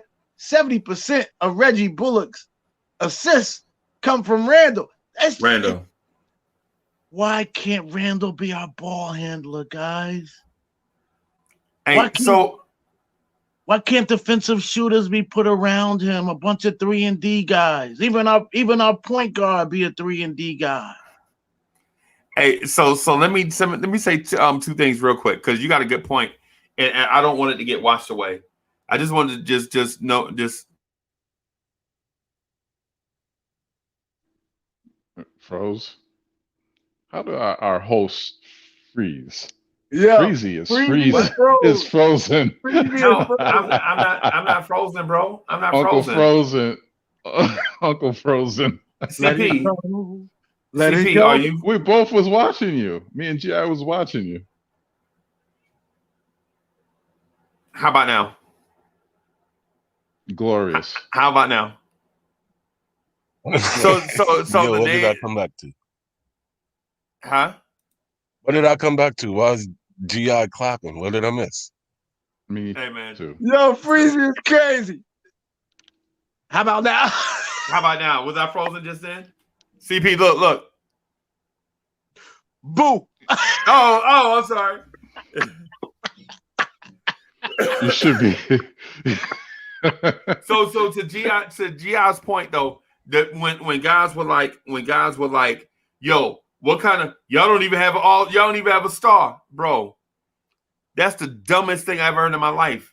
You saw Julius Randle in the All-Star game. How was he not a star when he was in the All-Star game? Right? This is why I say. I mean that game, CP, that game is full of stars. That's why they call it the stars only game or the all-star game. Right? So how did the Knicks not have one? And then to what G.I. was saying, or with me, I had to mention this to G.I. If the Knicks make the NBA Finals, right? The Knicks make the NBA Finals. What would be the name of the movie? Will Salkin says Nicorella. I guess that's like a spin on Cinderella. I guess. Nick Hogan. We ain't going no Nicorella. Get out of here. Yeah. Will. By the way, Will Salkin, salute to you, homie. Been a day one. That's a day one right there, baby. Yeah. No doubt. And so CP was just about to jump in, and I cut him off. And I'm sorry, CP, for cutting you off. Like I said, it reminds me of the Pistons, the Larry Brown Pistons, where you had a collective of players that management put together, and no one expected them to make it to the championship and win it, but it was a heavily defensive team. You had everybody that knew their role. The only thing I guess is that we don't have a point guard like Chauncey Billups. We definitely don't have that. Right. But we do have a point guard by committee. Whether you have Quickly or Derrick Rose or Payton for defensive purposes. You know what I'm saying? It's like Thibodeau is able to throw this and that at you. I think it's harder to be able to game plan for, because if you game plan for Payton, he'll throw in Derrick Rose. Oh, Derrick Rose ain't working. Let me throw in Quickly. Oh, Quickly ain't working. Let me put on Alec Burke. And I think that is like a recipe for, a hard out. And we have shot blockers. You can't get into the paint. Oh, gotta take away the paint. You know what I'm saying? On offense, it's like we are hitting our threes now. And not to mention, we're not at full strength. So when we get Alec Burke back, then we're going to be really rolling. Right. So optimistically, the sky's the limit. I think the ceiling is now higher. Okay. The roof is on fire. We don't need a water. Burn. You almost turned it to story time with Uncle Freezy. I almost legit told that story about them girls from Crosstown when you said the roof was on fire. Bro, when you 11 and you hear about them girls from Crosstown, you like, oh, they gonna be at Peach's birthday party? Them girls from Crosstown? Yes. Yes. Make way for the big girls. Make way for the big girl. All right. Hey, so the SOS band had this song out, right? I was like 11. And they used to play the song Half to Death on this radio station that used to exist called 98.7 Kiss FM. Kiss FM. That used to exist back in the day, right? And so I remember hearing the song for the first time, not on the radio, but on this Kiss van. So the Kiss van used to travel around, you know what I'm saying, the community and all of that stuff. And so they stop and these dudes get out. One dude was about 7 foot tall with these real prisony looking cornrows and this big dookie rope chain around his neck. Right? And he was like, yo, little man, take this. And he gave me this thing, and I don't know if y'all remember, but it was a Kiss card, right? And he grabs the microphone and speakers on the back, and he's like, yo, I'm Eric B. I'm like, Eric B? So what? You know what I'm saying? I'm a little short. I'm like, yo, you Eric B, so what? You ain't nobody around here. You know what I'm saying? You in Jersey City. You know what I'm saying? This is what I'm thinking. I'm a dumb kid. But anyway, they played a song by the SOS band, and it wound up being our joint. And I can't remember. It was like, this is dog. I can't remember. This was like 80. You know, I don't remember. You know what I'm saying? But it was a good song. But anyway, Peaches had cousins from across town that she used to always tell us about. And so we used to be like, you ain't got no people from Crosstown. You know what I'm saying? You ain't got no, but it was from the Heights. We didn't know because we lived on the hill. So that's like two very different sides of the city, right? Like the people in the Heights, but like, man, the hill don't even exist. Ain't nobody on no hill. You know what I'm saying? But anyways, I ain't gonna finish this joint. Raphael, what's good? It's good, guys. Salute, man. Salute, bro. Yo, Ralph, what up? Yo, G.I., I thought I was following you on Twitter, and I thought I sent you mad messages. I'm like, well, G.I. didn't hit me back, so I just left it alone. I come to find out there's another ghetto intellect on Twitter, and I'm like, really? All this time, I thought I was talking to G.I. He wasn't responding, and I'm like, you know what, man? I would have never. I only get an inbox. So Freezy did that to me.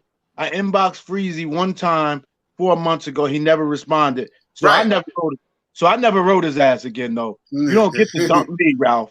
I don't play that shit. Oh, such stuff. Hey, I will big time you on social media. You gotta put it on the chat or something where I can reach you on Twitter so I can find you, because like, how about I give you my email? How about I give you my email, and that way you get to me quicker. At that time, I wanted to hear your. You had a take, and I'm like, I kind of wanted to hear, but I would love to come on your show. Yeah, Ralph.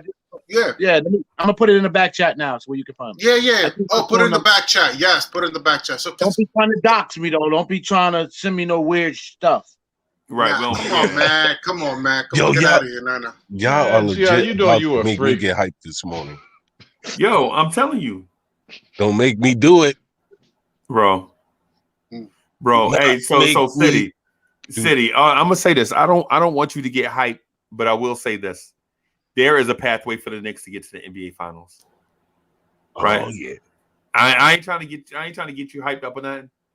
But you remember when we first started this, every time I said something positive, people were like, "Yo, man, you puffing that smoke up Knicks fan butt, and we gonna get the number one pick." And I was like, "Bro, we not getting the number one pick, bro. That's out. For one, Adam Silver don't even like us enough. We can't. Yo, we only play 82 games, and the Knicks would have to lose 150 games for Adam Silver to give us the number one pick. Because Adam Silver don't like us like that, bro. We legit would have to not only go 0-82, right? We'd have to go 0-82 and lose by 70 in every game for Adam Silver to give us the number one pick. Adam Silver don't like us, bro. Adam Silver don't like us, right? I know this. I know this because we were sitting legit with the worst record in the NBA the year Zion was coming out, right? The year Zion was coming out. And this is me telling the story in Jay-Z voice. Yo. You know what I'm saying? So anyway, they give the number one pick to the poorest franchise in the NBA. And they give the number two pick to the second poorest franchise in the NBA. And then act like it was a lottery. Come on, bro. We know what you was doing from the go. We know y'all needed to sell tickets. What's happening? You know what I'm saying? So with us not getting the number one pick, why tank? Just win. I can't even say that word anymore. Right. My brain doesn't allow me to say that word. Right. The issue to our problems is not we can't wait on a 19-year-old savior. Look like you. Hey, anybody in here ever watch Mad Max? Any Mad Max fans? Any sci-fi fans? No. Long time ago. So Tina Turner had this song for Mad Max Beyond Thunderdome, right? We don't need another hero, right? That ain't us, bro. What we need is players. We need to win, right? We need to win. That's what I've been saying all year. In the 2017 draft, you had zero hopes that the Knicks would have gotten into the number 4 slot, either gotten Lonzo Ball or what's that guy's name? That plays for the Celtics, light-skinned dude. Tatum. No. CP the artist. Yeah, Tatum. His name is CP the artist. All light-skinned dudes look alike. CP the artist, that's his name. No, Todd Gibson, man. That's it. He can only be one person at a time. Yeah. and Tatum is a wavy light skin. I'm not wavy. No, you nappy light skin, which is very rare. I'm a bald head. What are you talking about? Yeah, but it looked like it was a little nappy. No, I had an escrow back in the day, man. Oh, that's why I'm bald right now. Bro, you had a skirl? You had a skirl, man. Yeah, man. I was on that Albie Shore wave, man. Oh my God, he had a skirl. Yeah. Yo, Freezy, did we get to that $2 chatter platter? $2 chatter platter by by Wacko. Wacko Knicks fan is just a Lonzo lover, I see. Well, if we get Lonzo, I hope so. I have no problem with us getting him. I don't know if he's my top option, but I would love him as a Knick. I would. So Wacko said 6'7", Lonzo, perfect 3-and-D point guard. Wish it was Frank. Right. Yeah. Yep. I would say this though, man, with Lonzo. At this point, man, At this point in the season, we ran the gambit with all the names. Hey, yo, Charlie King, what's good? I see you. Ronald Miller, what's good? What's good? I see you. I see y'all. Yo, is that who I think it is? Eddie C? You. Yeah. Why is he in the dark? There you go. Turn the light, my brother. Whoa, I like Eddie C. man. What up, Eddie C? Yeah, what up, there what up? he is. What's up, boss? I see him. I watch him on Man show. Yeah. I thought it was Ebro from Hot 97. Bro.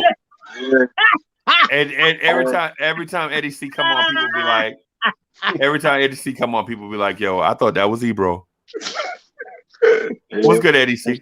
I'm sorry I can't be a award-winning artist like Kid Cudi. Right. Oh, right. Kid Cudi. There you go. Step it up. Right. Because hey, so Eddie C, guess what happened to me yesterday? What happened?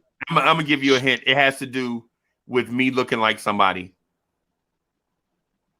So I'm in the joint, minding my business, and these dudes walk up to me. They're like, "Yo, bro, anybody ever tell you?"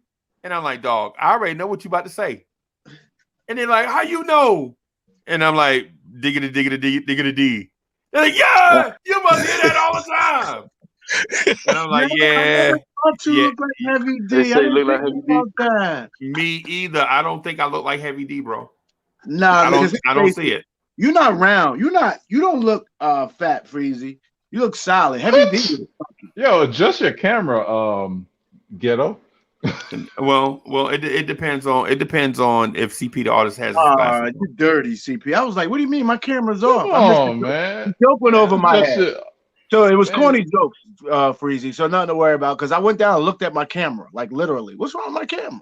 So then I said, you can't see the cheeks on Freezy. Come on now. It's like he got pause, squirrel. bro. Pause, he bro. He got nuts in his mouth like squirrels. Pause, bro. Yo, Uncle Freezy don't. Yeah, Uncle Freezy don't do that, bro. See, and I told Uncle Freezy hype this morning. Yeah, Uncle Freezy got 9 kids, bro. Y'all got Hey, City, we acting like about, hey, City, the I don't even shows want are to say the word. Never mind. Yo, City, man. I'm City. sorry I had to dip out like that last night, yo, but you know how sometimes you talk and for some reason you click something else and like you get out the stream? Yeah, and you're like, damn. I got out the stream, man, because I was kicking it with Fulio. You know, I forgot what it was. Yeah, that just we were talking about. I like Josh. Yes. I like Josh. Yeah, he's cool. Everybody's cool, man. Everybody's cool. No, there's some people that don't get along. That he was they've talking been together. about. He was talking about. Man, I forgot. That why Knicks fans. Why do Knicks fans critique or something like that, right, City? I forgot what it was, man. Yeah, he was talking about us being well, no, that was me talking about us being not super hype about us being on the win streak, but like wishy-washy with the media thing. It was the media thing that he was saying that us Knicks fans are like just as bad as the media. We're worse than the media. The fans are worse than the media. Are you serious? The media would lose their jobs if they repeated some of the crap these fans say. But I think GI, you have to draw a line between the regular fanatic and people like ourselves that come into these platforms that have like, at least a certain idea of what it's really like. Yeah. You know what I'm saying? Because we have very different opinions on like what a regular fan. Like a regular fan would come in and be like, yo, we should trade Elfrid Payton for Kyra Lewis, right? I heard you guys are talking about something like that. And we all know that that's 100% unfeasible. You know what I'm saying? So there's a difference between certain people like myself, like you, like Uncle Freeze, like Sid, you know what I'm saying? Like Moses, like Raphael. Right. That have a certain understanding of the NBA and certain understanding of You just gonna leave me out? You just gonna leave me out? God Oh, my dang. bad, TP. My bad, TP. Eddie, some people, Some some Eddie, you right. Hey, Eddie, you good. You can leave TP out. He okay. But yeah, man, like yeah, like yourself, CP, the takes that you have, you know, you can't really compare them to what the average fan that calls in certain shows and talks about, and like, what do you think about, you know, and they will come up with like some random idea and something random that makes no sense. You know what I'm saying? And those are the type of fans that come up with these opinions and these talks about certain things about the Knicks, which with us on the other hand, I think we think about it a little bit more. You know what I'm saying? We understand a little bit more, and we can critique it a little bit more. You guys are talking about Randle being a point guard, the point forward per se, right? I mean, that's exactly what he is. A shooting point guard, somebody who can distribute and basically be like a secondary ball handler would be a perfect fit for the kid, because he passes the ball out of that drive and kick and out of that post up that he does perfectly. So a kid like Quickly, you know, is a good fit for him. You know, when Quickly develops a little bit more, when Quickly's around 24 or 25 years old, he gets a little stronger, gets a little bulkier. You know what I'm saying? You know, that might be a problem there.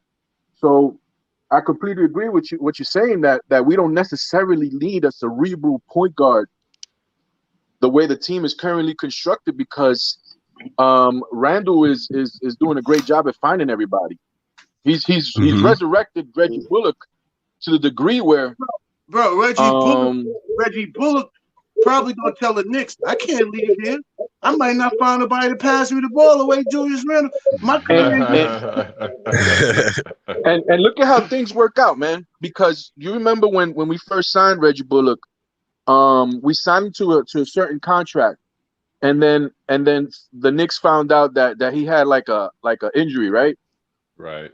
He had a neck injury, and I mean, they could have been like, oh, okay, we're gonna renege on this contract and he's gonna be a free agent again. But they didn't do that. What they did was they reconstructed his contract. They gave him a little less money, and they gave him 2 years.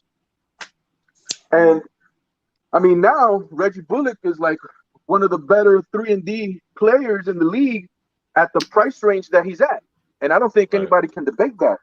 Like, where else are you gonna get a defensive 3-point shooter for like $4 million? You know what I'm saying? And to your point, Eddie, like what's his name? Alec Burke is only like $6 million too. Yo, and shout out to Julian Blum, $5 super chata plata. I don't know, but I gave us a little something. Good looking for that, though, because I was a little hungry. Now I can go around the corner and get a bag of chips. Good looking. Eddie, I just want to say real quick that some people like the idea of being a front office for the Knicks, like, you know, to make a trade for the Knicks. And some people are just not, they don't like it, and they make up bad trade scenarios. So that's dumb. Like, there's no way to put it. Like, people are just dumb. They don't know what they're talking about. But what I was gonna say was when CP said about Alec Burks, right? I was on, I forgot what platform I was on, and I was saying, to me, the best signing.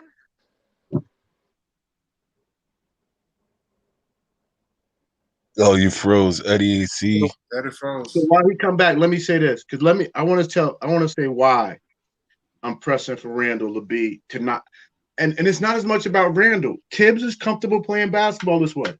He's overachieved playing basketball. Show me deals. You know what I'm saying? And he's hit on every single one. Like, there was a lot of people that were fiending for Andre Drummond. Like, oh, we need Andre Drummond. And not to say that we wouldn't need a presence like Andre Drummond, but the price range, his personality, a lot of those things are important to our team, because the Detroit Pistons, like CP was saying, are not the Detroit Pistons without them being together. You know, the same way that we are, the same way that we're constructed. That everybody, you know, the Big 15 that they're talking about, and I really like that model, the Big 15. Eddie, if I Yeah, you got mad feedback, I can't hear. man. I can't hear you, Eddie. I can't hear you. You Yeah, I'm got you sorry, got man. feedback. I'm outside, so I'm Yeah, gonna go on mute for a second. I'm gonna just listen to you guys, and when I get back in the crib, I'll come back. Right? Good Cool, looking. cool. But I just want to chime in real quick, if that's okay, guys. I mean, you want to say something again? I was going to, but go ahead, Ralph. Go ahead. Then you go ahead. I'll go after you guys. I'm gonna keep it on topic in case you want to change the topic, so I'll be fast. Here's the reason why I want us to believe in this brand of basketball. I think many Knicks fans say, okay, we played this way with Julius Randle, but when we get a point guard, Tibbs is going to change the system. And right. maybe I'm just too old. Maybe I'm a creature of habit. Maybe I'm not aggressive enough. I'm too conservative. But I truly believe in keep it simple.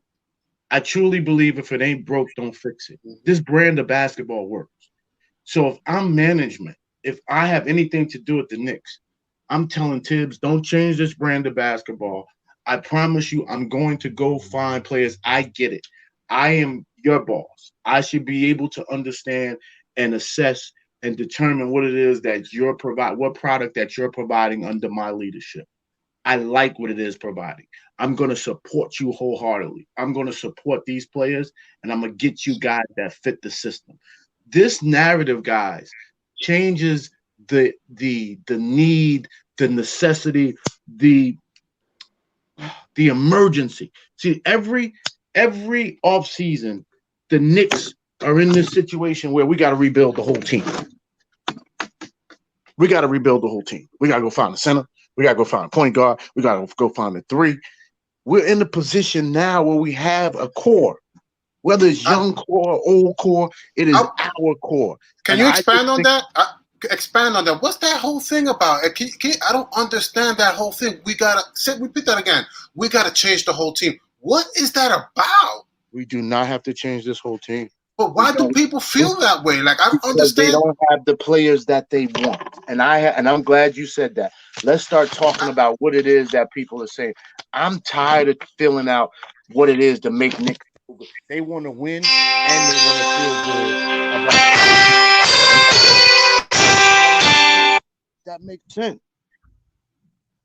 That makes sense. Hold on, I couldn't hear you because that was yours? Okay, so repeat it again. Yeah.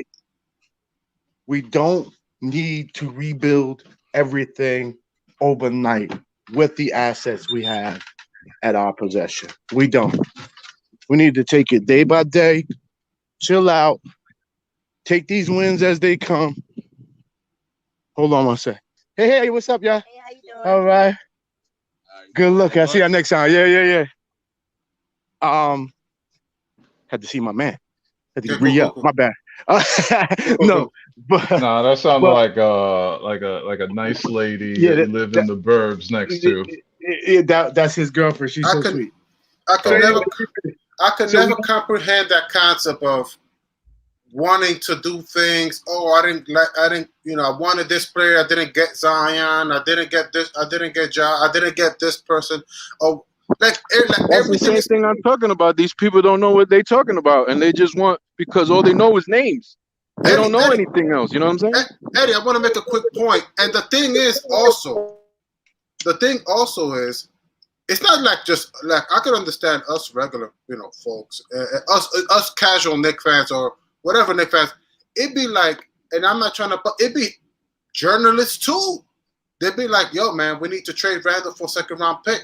We need to trade Randle now that he's worth a first round pick. We need to trade him 10 games into the season, 20 games into the season, or maybe 25. And it's like, I'm like, what are you doing? And then I'm like, yo, it'd be no disrespect, but it'd be the worst takes. I mean, some people are just terrible at talking about trades. Talking to trade scenarios. I think the reason why is because they're not paying attention day in and day out to the Knicks. No, they do. Journalists too.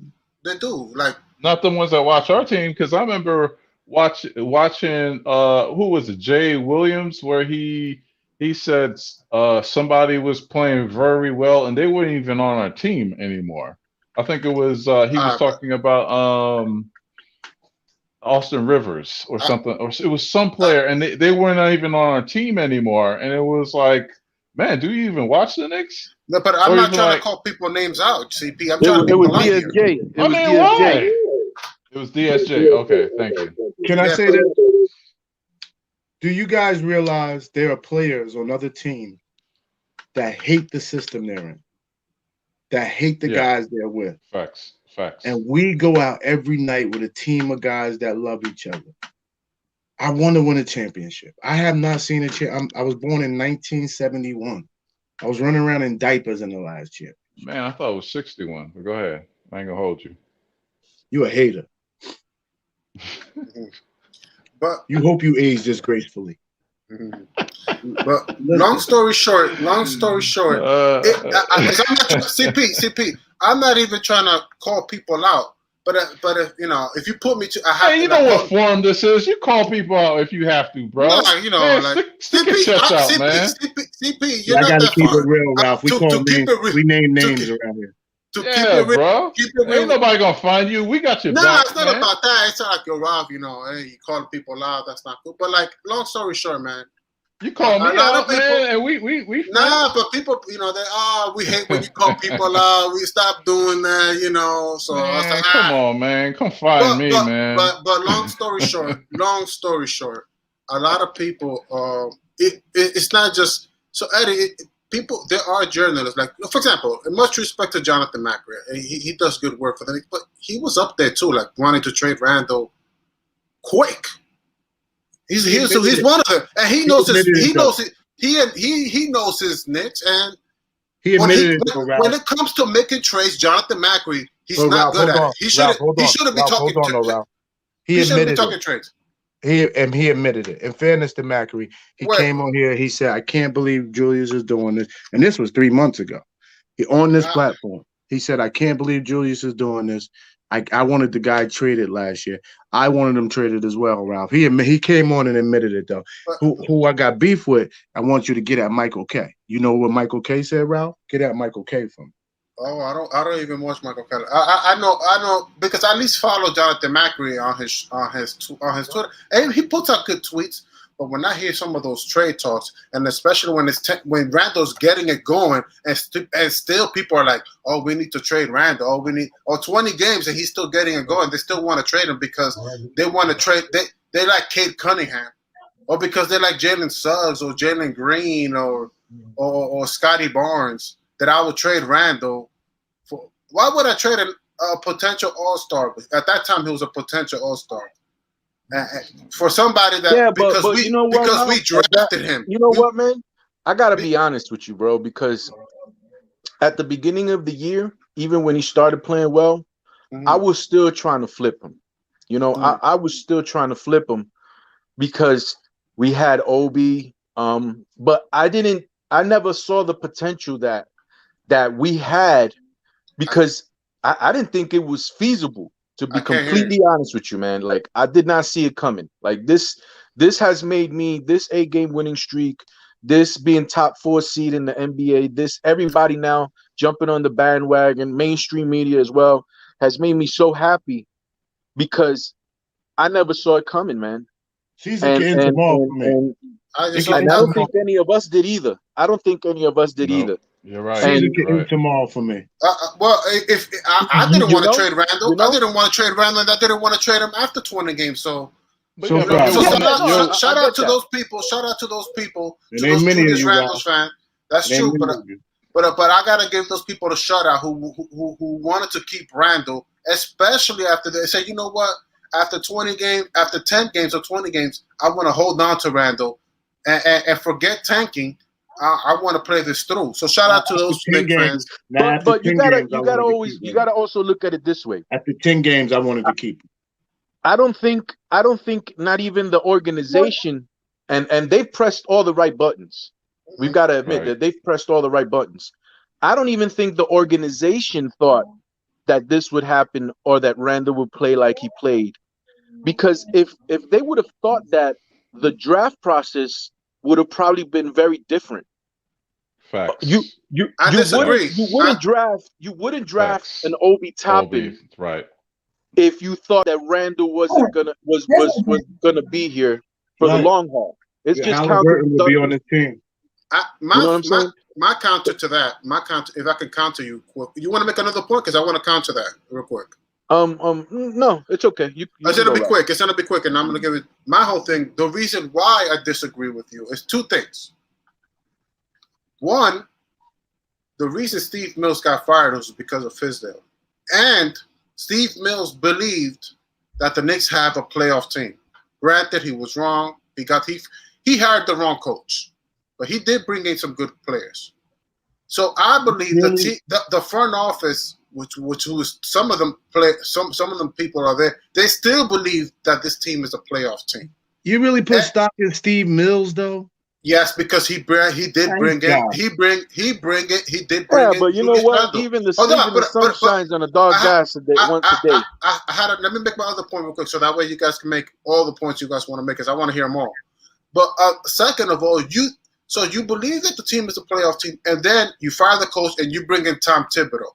That lets me know, when I saw the Tom Thibodeau signing, shout out to Nothing But Knicks, I was on there and I said, if they bring in Tom Thibodeau, he's gonna get Julius Randle right. Mark my words. And if you want, guys, I could put it on my Twitter. So yeah, you guys, I can show you guys that because I used to call Simeon Russell, and I got to call back to show love over there too. But I told Sim, and that's how I met Freezy too, on Nothing But Knicks.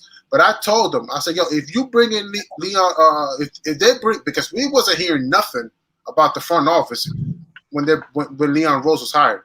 If they bring in Tom Thibodeau, he's gonna get Julius Randle right. Watch. Not only and if Frank is still around, DSJ is still around, Kevin Knox, he's gonna get them right. And slowly but surely, look what happened, what manifested. Julius Randle is playing the right ball. So my whole thing is the front office bragging the coach that was going to get this team right and into the playoffs because they believe this team was worthy of the playoffs from the get-go, is my thinking. They did not stop believing. They continued to say, we need to make a move for the playoffs now. Fizdale was the wrong coach. We got to situate it. We bring in Tom Thibodeau. We're going to the playoffs. For those who don't believe, they will believe afterwards. Go ahead, Eddie. I mean, there's not much. You know what? There's not much to say after what Ralph just said, because if he predicted such a thing, I mean, kudos to you, man, because not a lot of people, even the most optimist Knicks fans, could have predicted the Julius Randle turnaround, could have predicted the playoff race. I mean, even maybe a month ago, we were still talking about being in the play-in tournament, and me, myself included, even being trying to get the best intel possible, details that I can, thinking that I can. I could have never predicted it. That's why I'm in awe of watching how this Knicks team has been playing. And I can't really say much towards Ralph, because if he has said this before, I mean, you're a prophet, my man. You're a prophet, because I could have never seen it. Like, I would have lost all my money on that bet. Well, he didn't say the Knicks was going to win a bunch of games. He just said he believed in Randle, and that they were going to make the playoffs. And he said that the organization knew that this was going to happen. And what I was saying was that they didn't know, because the way that they drafted. No, nobody knew Julius Randle was going to be this. Nobody. Yeah, exactly. But Ralph is saying that the Knicks knew that he was. and it's become true. So I mean, I don't know if that's luck. I really can't counter something like that because it's right in front of my eyes, and there's no doubt in that, you know. Yeah, I could counter it because we wouldn't have drafted Obi Toppin. That's what I was saying.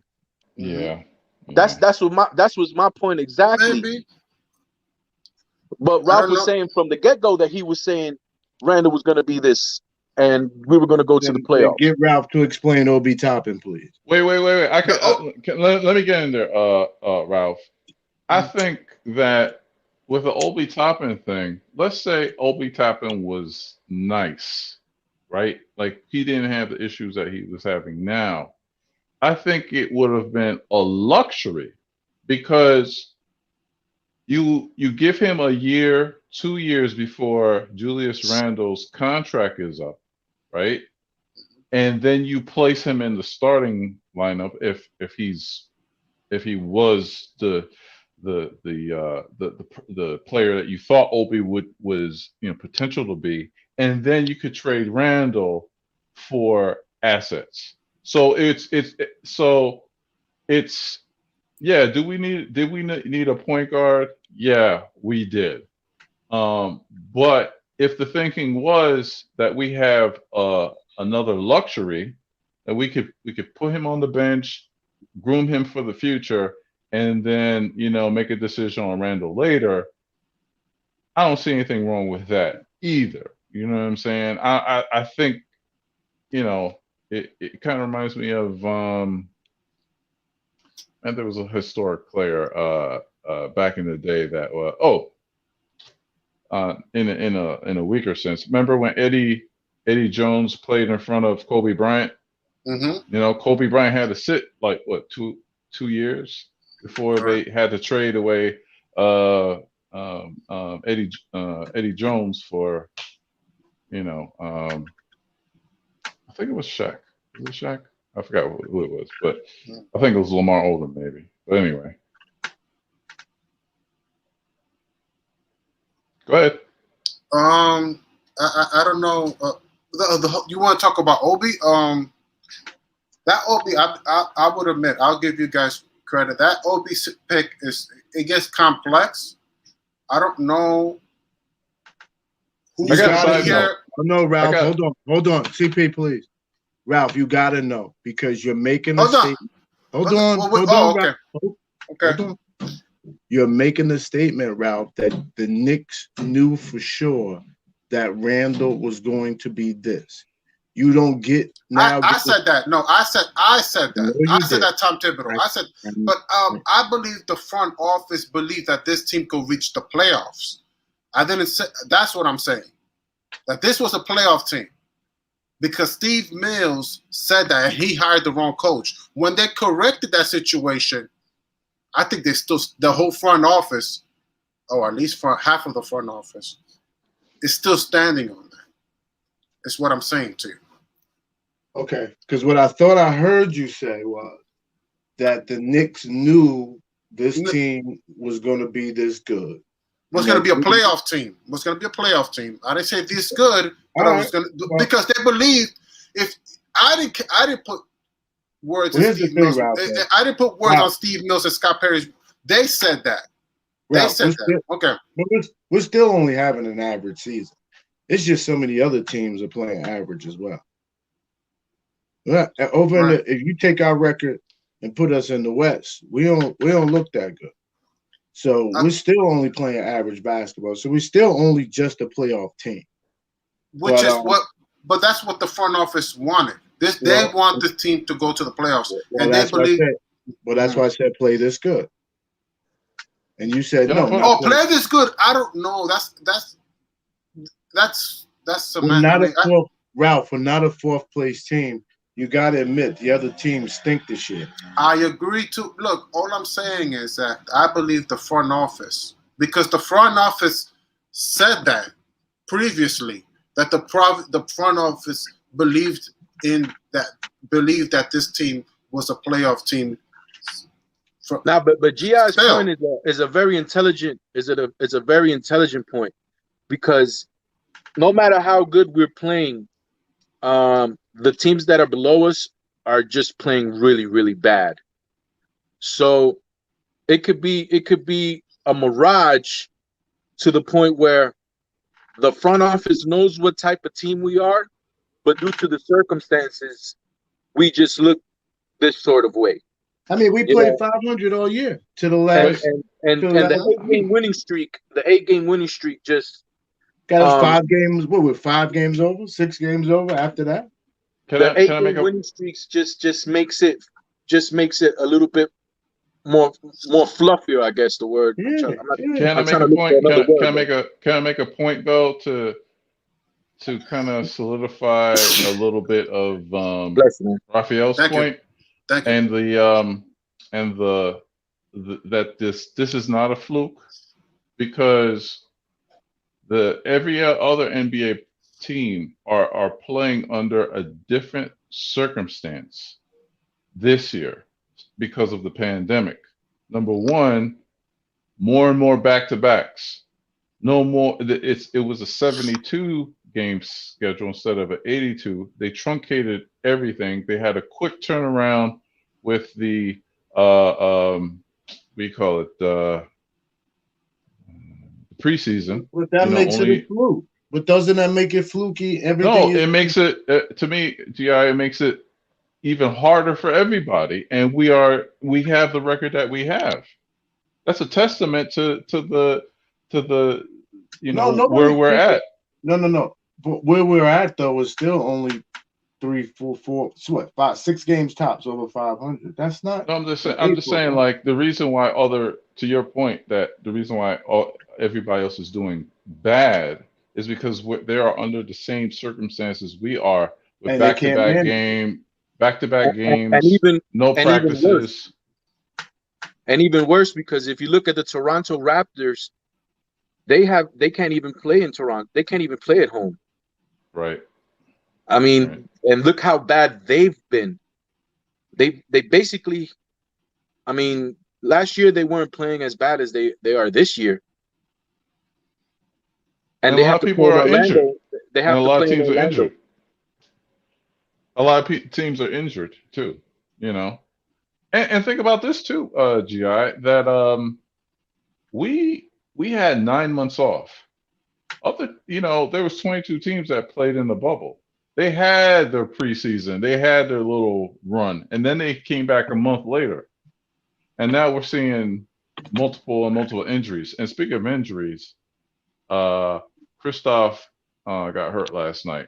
So I don't want to wish injury on anybody, but it kind of helps our standing in the draft. I'm done with the draft. Is over for us. I know, not for us, but we have Dallas's pick. We have Dallas's pick. That's what I'm saying. I've thrown that out the window because that freaking guy Luka, man. Yeah.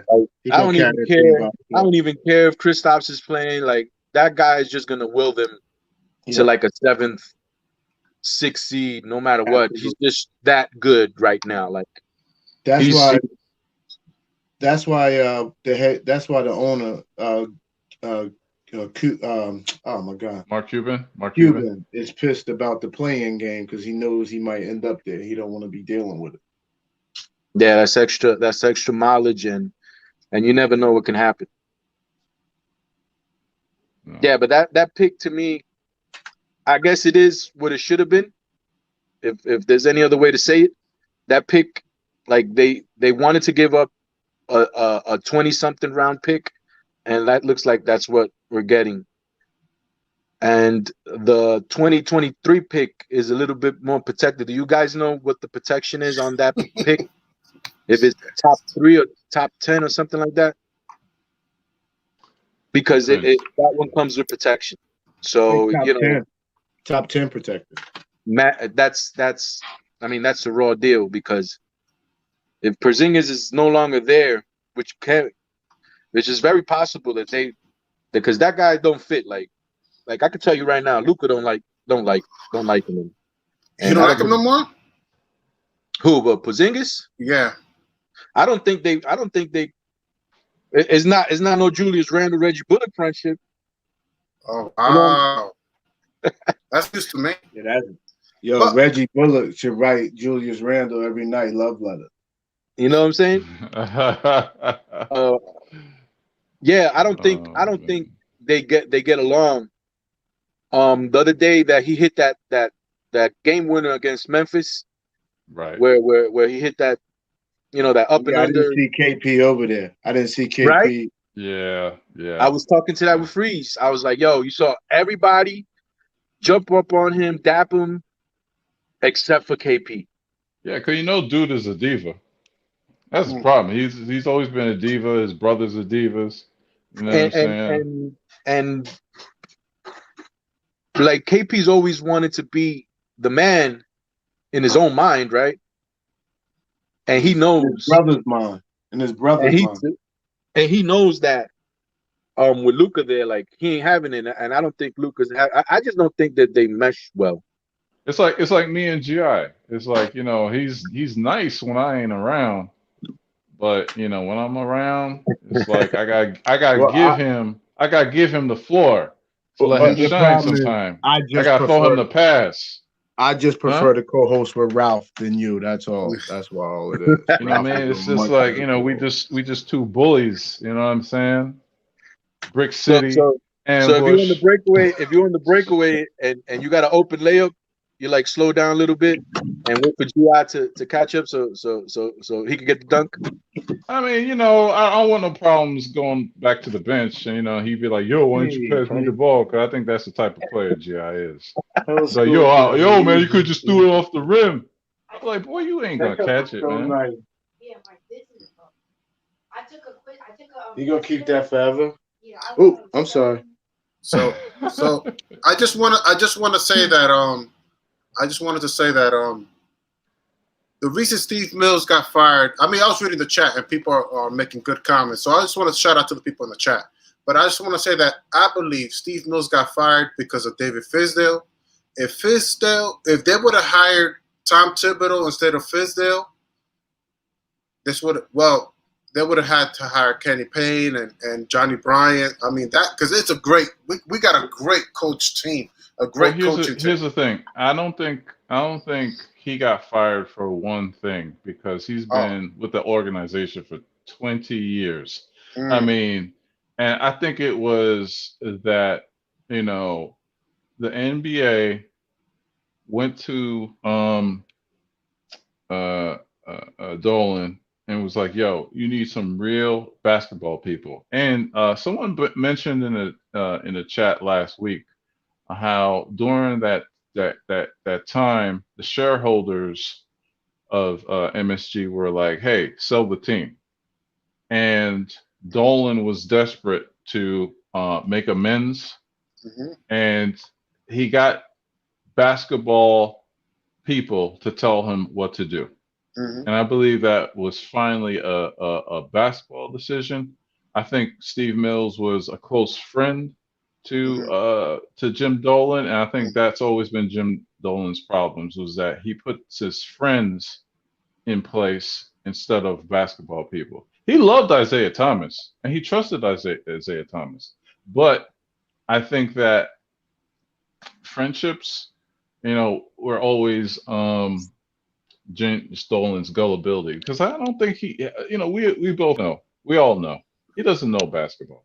He just cuts the check and trusts people that he puts in place, and that's always been his downfall. Well, let me ask you guys a question before I forget it, because I think it's very interesting. If you guys had to predict if Scott Perry would be held past this year, I hope so, man. What percentage would you put on Perry being with the organization from this year on? I'm nervous, man. I say 50. I'm nervous, but I would like to keep him, because anybody who assembles drafts RJ Barrett, right? That did bring in Julius Randle, that also bring in Mitchell Robinson, and I think that's probably going to be a core, long term. And I think Freezy was going to talk about that, but I missed part of the morning draft. But those, I like those three. I mean, I'm starting to now that I'm seeing the way how great this defensively this team can be, and maybe we don't need an outside shooting center no more. I really like those three. I am pro keeping Scott Perry because I like RJ, I like Julius Randle, and I think I'm starting to see that maybe Mitchell Robinson doesn't need to shoot jump shot. Hopefully. Can I say something? Can I say something? Mm-hmm. I say 50-50 because for one, we've seen Mike Woodson leave, right? He left because he got a opportunity that he wanted, playing, coaching for his alma mater. Now, Scott Perry, I say 50-50 because number one, 50 because he's playing good. I mean, he's GMing good, but the other 50 is, does Leon Rose have someone else in mind? Because he has his contacts, his CAA people. Did they want to keep him on as a consultant, personnel? You know what I mean? And that maybe there's an opportunity that he wants later. So I don't know. I think it's 50-50. He helped this roster be good. So now he has clout now, and now he's going to be more marketable somewhere in the league.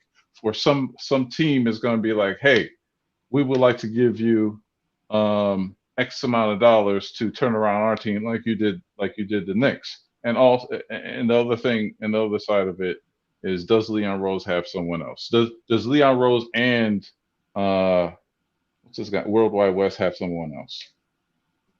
Yeah, I'm surprised that he's actually stayed on this long. Not because of I think he knows basketball. And seeing the trades that he made beforehand, I think he's a shrewd general manager who just doesn't give up premium for trades. And I think the only blemish that I have on him is the Kevin Knox trade, and that's still a story to be told, right? I think there's trade. What do you mean? The Kevin Knox draft. Oh, okay. Yeah. And I think that's still stories being written, but it's not looking good. Well, here's the thing, though. We could say that, but in that same draft, he got Mitchell Robinson and Alonzo Trier. Right. And those were steals.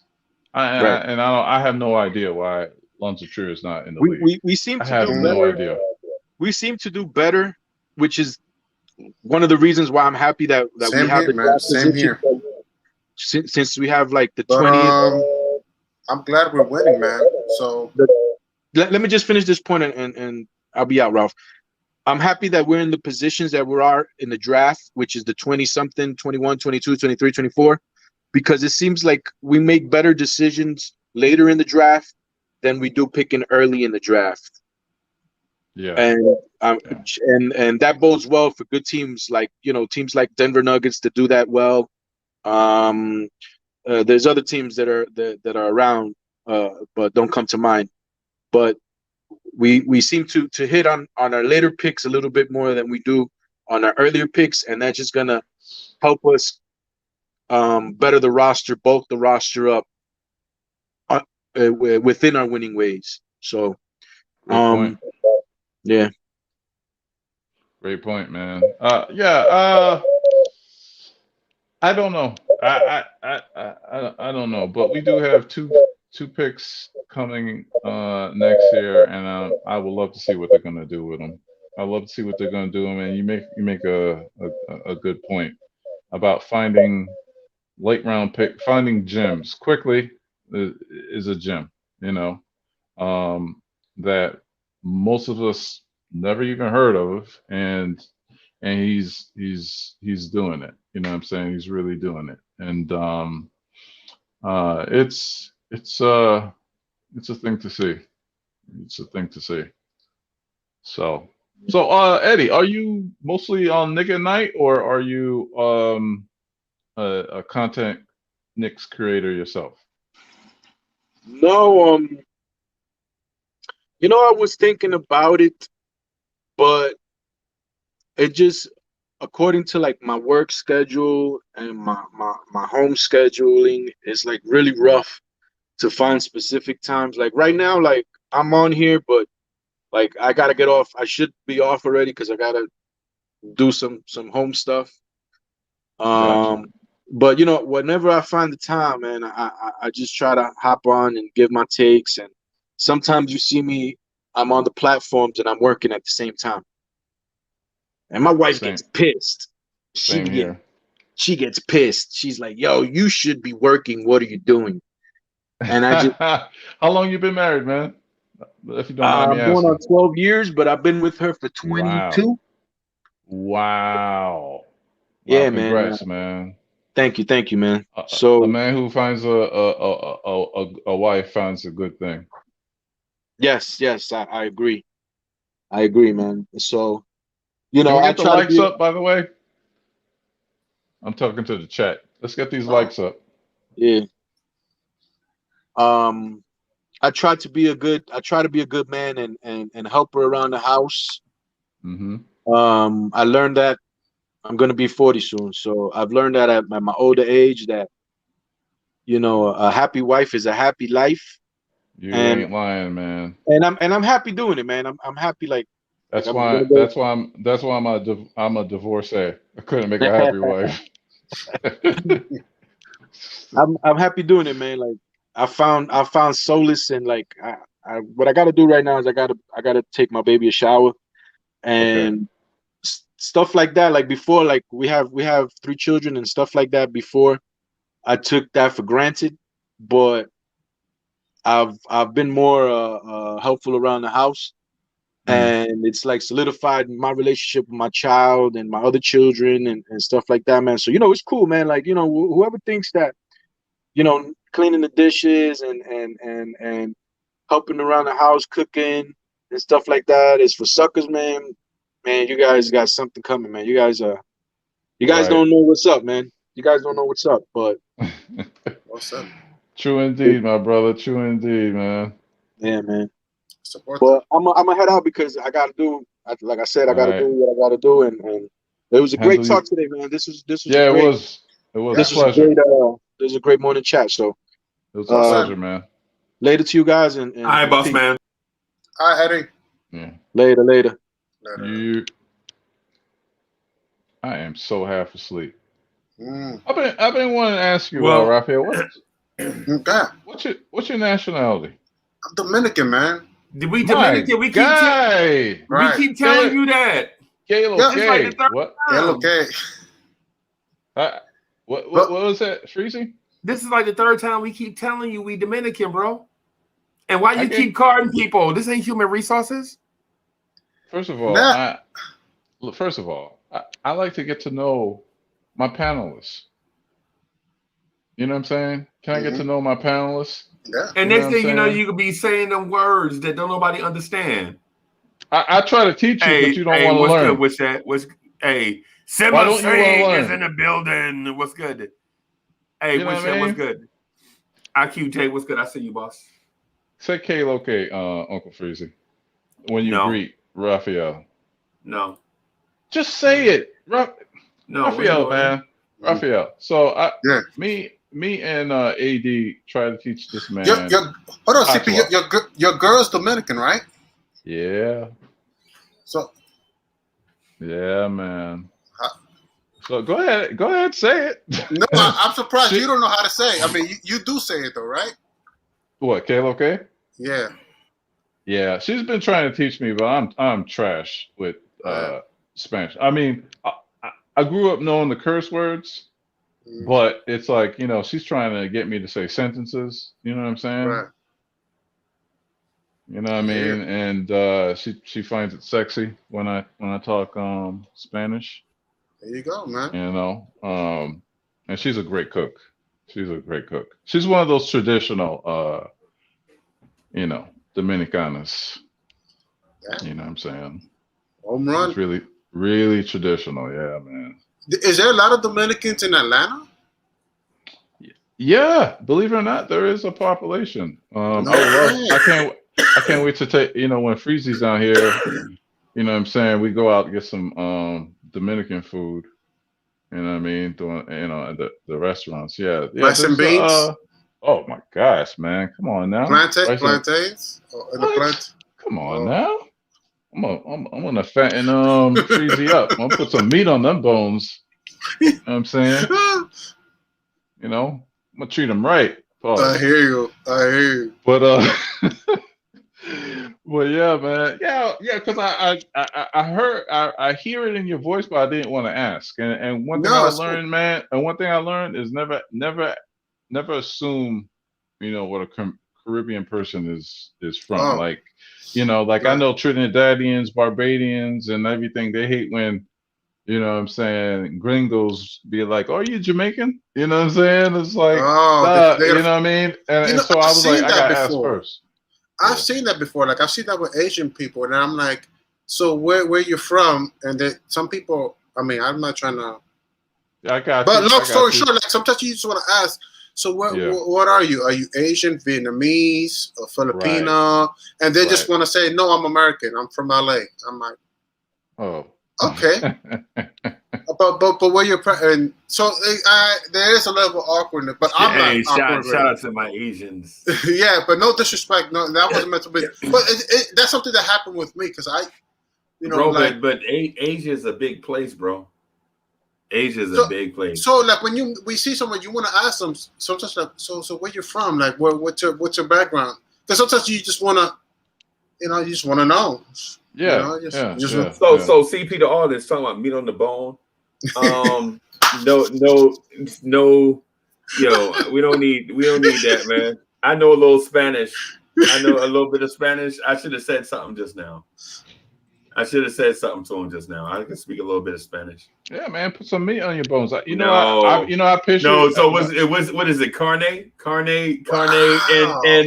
and El Huesa? No carne huesa. No necesito. I don't need none. Ronald Miller says Atlanta is the new New York. And shout out to Ronald Miller. Is that true? Get out of here. Yo, somebody said mango. Hey, guess what? I know how to make mango. I know how to make me some mango, man. So Atlanta, it's popping over there. It's pretty cool. Here's the thing, man. Atlanta, you can find what you want to find. You know what I'm saying? I used to live in Gwinnett County. It's one of the biggest growing counties in the Metro Atlanta area, and yeah, there's like a huge Dominican population over there, and shout out to them. And Stone Mountain, DeKalb County, a huge New York population. Which I moved to Lithonia, DeKalb County, and it's grown with New Yorkers and everything like that. And just a side note, I did a show 2 years ago called Rice and Beans, and I was just trying to get that's a good catchy name. Go ahead. Yeah. You see on my Instagram, my show, and I was trying to get the Caribbean people together to come out and just unity. You know what I mean? Right. And I'm gonna do it again once this pandemic is over. Rice and Beans Part 2. But it was a great show. But yeah, because my background is Jamaican. I didn't put that together. I thought. Yeah. I mean, my parents, my whole family are Jamaican. I was actually born in Canada, believe it or not. And you see? Yeah. I was born in Canada. Because like RJ, the migrants went to Toronto, and there's a heavy Jamaican population up there. You know what I'm saying? We gotta respond to the chat, man, because sometimes I think that we leave the chat out a little bit too much, and they got some certain things to say. Right. So I don't have the stream up where I'm at. Let me see. Any ads? Oh, otherwise says I use any avenue to talk about my woman. Man, if you had my woman, you would talk about her too, bro. Let me tell you something, man. Otherwise, stop hating, man. Do you have a girl, my brother? I'm just kidding. Oh, here. Better check the Adams. Oh yeah. Look. Let me tell you. You know what? Otherwise, that chat is for chop it up. You know, which the other show that freezes. Yeah, what's going Chop on with It Up. this? So when this show started, Chop It Up, how I guess a while ago, but it was like a while ago, but last week we got so heavy in a topic that we moved the chat to that, and it was a serious Now, whose channel is it on? Is it Freezy's? It's free. It's hosted by Freezy. But I mean, I follow him all the time. So when I've never seen the channel before pop up out of nowhere. You know what I mean? Yeah. It was like a spontaneous. It's called chop it up or something like that. Chop it up. All right. Freezy could put like the link of the thing, but we got into some serious conversations, man. It was really really good. And I'm trying to get some cool points. Ronald Miller, you know what I'm saying? Happy wife, happy life, you know what I mean? We got L Jordan says Araz Comboyo. Yeah, man. Could you cook? Anybody, could you cook, Raphael? Other dude got the bucket hat on. Yo, all right. Fire. I smell a merch plug. Did you just get that in? Did you just get that in? Fresh out the mail, baby. Your Blorange Tears swag, the Blorange Tears bucket hat. That's fire. It kind of reminds me of Vision. You know, like you got the little Vision stone right there. That's fire, baby. That's fire. The Blorange Tears bucket. Yeah, like turn to the there you go, because we want to see that's that. Fire. Hey, Freezy, you ever thought of making glasses? Yeah, man. We thinking about some orange. Yeah, orange frames. Yeah, some blue orange frames. I mean blue, right? That's fire. That's fire right there, boss. I want to comment. No, I'm just kidding. I'm teasing. But that's a good idea. I think that would be a great idea. That's fire right there, boss. Yeah. G Money, what's good? Salute everybody. How you guys doing? Salute, man. What's up, Walking Encyclopedia? Thank you. Walking Basketball Reference. Thank you. I don't only use stats, and two, I do break the game down. So don't tell me Basketball Reference. I don't only use stats, okay? It's just a play on words, man. I know. I'm just he just messing with you, yo. I know. Hey, Raphael, look at that. Look at that, though. You're my president. Look at that, Knicks at Night. That's pretty cool. The Knicks at Night podcast joint. Yes, sir. Nice shirt. Yeah. But I got one that's even better. I want to show it to everybody. Mm-hmm. This is the reason why you need to get on the Blorange Tears joint so you can get that Blorange Tears merch. You know what I'm saying? For sure. But even for the big even for the big boys, you know what I'm saying? Coming through hit the like button. Hit the like button for homie. Coming through with the 2X's. I even got the 2X's for you. The Knicks Morning Drive joint. Tell me that ain't fire. That's amazing. Tell me that ain't fire. Nice feature. Nice shirt. Yeah. And on the back, look at this. On the back, look at that. On the back of your joint. Nice. And then on your sleeve, look at this. Team KMD. Team KMD right there, bro. Boss. Nice. You know what I'm saying? That's fire. So depending on who you favor, you know what I'm saying? Whether it's team KMD. I know. I got. Sorry. KMD all day, man. Ralph, what you gonna do, bro? What you gonna do, man? What you wearing, bro? You on both? You on both teams? yeah. With this team. Yeah. Oh, come on. Why I gotta pause everything? I don't know, man. I started off in the Knicks at night, man. Salute to Rob. I mean, Charles B too, man. There was Theo Flat. Yeah, Teddy. Who else? Who else came out? Bro? Shout out to Stephen Fox, man. Shout out to Stephen Fox. I miss Stephen Fox. What's happening? He's with Legion. I actually like listening to. That's a good kind of duo right there. Stephen Fox and Legion, they know their game, man. Personally, for me, I like Fox. No, I'll give it right back to you. I like that duo. I like how Fox plays off. I feel like that's interesting. Knicks takes over there. So shout out to him. But go ahead, Jake Money. Yeah, I miss Stephen Fox because I think the last time I talked with him was probably that. I don't know if this is true. Probably that Spurs video when it was me, SB Talk Sports, Stephen Fox. I miss him, man. Stephen Fox knows the game, man. He's awesome to talk to, man. I wish he came back. What? I think I got him out of here. He had just the God, man. I had to lay it down on him.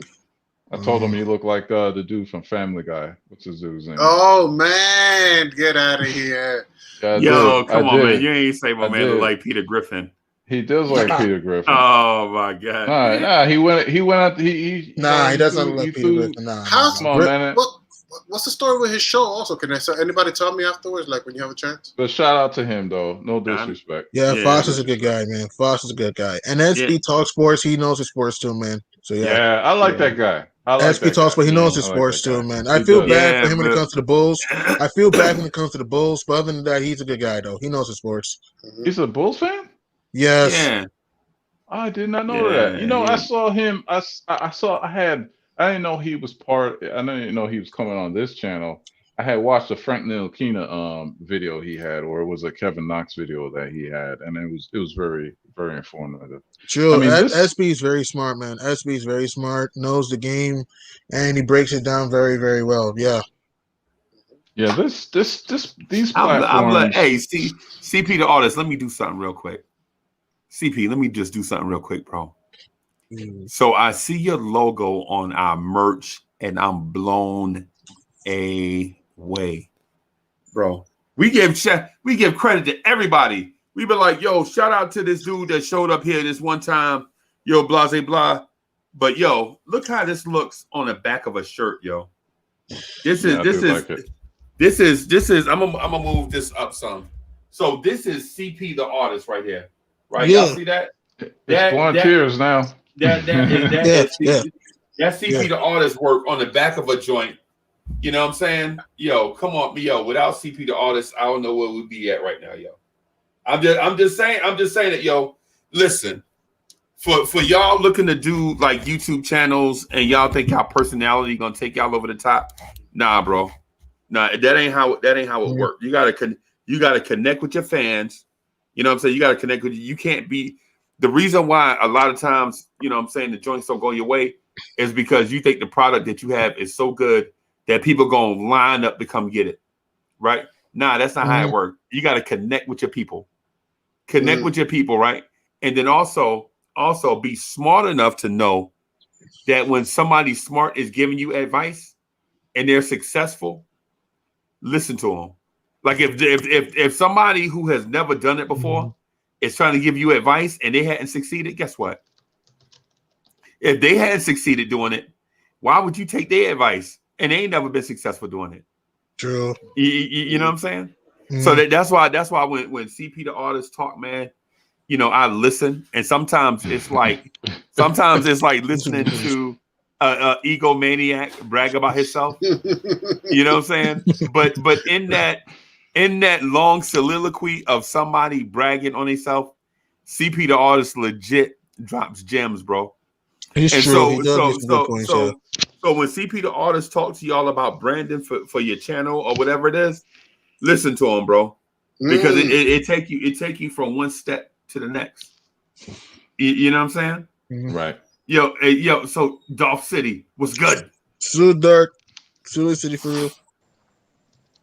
Yeah, man. Hey, so you know, what I guess what I'm getting at is this. Yo, Ron Miller, what's good, man? What's good, baby boy? Salute, Ron. He can't even hear you. You muted, Ron. You're muted. No. What's going on, family? Good. My people had Yo, time, I thought you was coming on me, mugging, bro. We all of us saying what's up, and you ain't saying nothing back. I was about to say what's happening. What's going on, family? Can you hear me now? Yeah, we good. We good. Yeah, we good. Yeah, man. How you doing, man? Yeah. Can you hear me now? Yeah, we good. I think there's an echo. Yeah, man. All is well. All is well. Do you got your YouTube on? You gotta mute something, yeah. Yeah, know what? My bad, man. I came in here like a rookie. Rookie mistakes. and you know better. And you know all better. The way Yeah. better. All the way. Yeah. I had to stop talking in the chat and come in and just kick it with the fellas, man. Freezy, from day one, man, you made this about the people. I mean, just to jump on the point that you made earlier. Like, you always started the show saying, I see you. You made a point of making sure that people knew that they were visible, and this was always going to be about the movement, regardless of what it is that's going on. So, shout out to you, man. I mean, you've given everybody an opportunity to be seen. CP is seen right now, right? In terms of the merch. Right. Well, I was seen before, Freezy. He did. Yeah, there you go. He was. Yeah,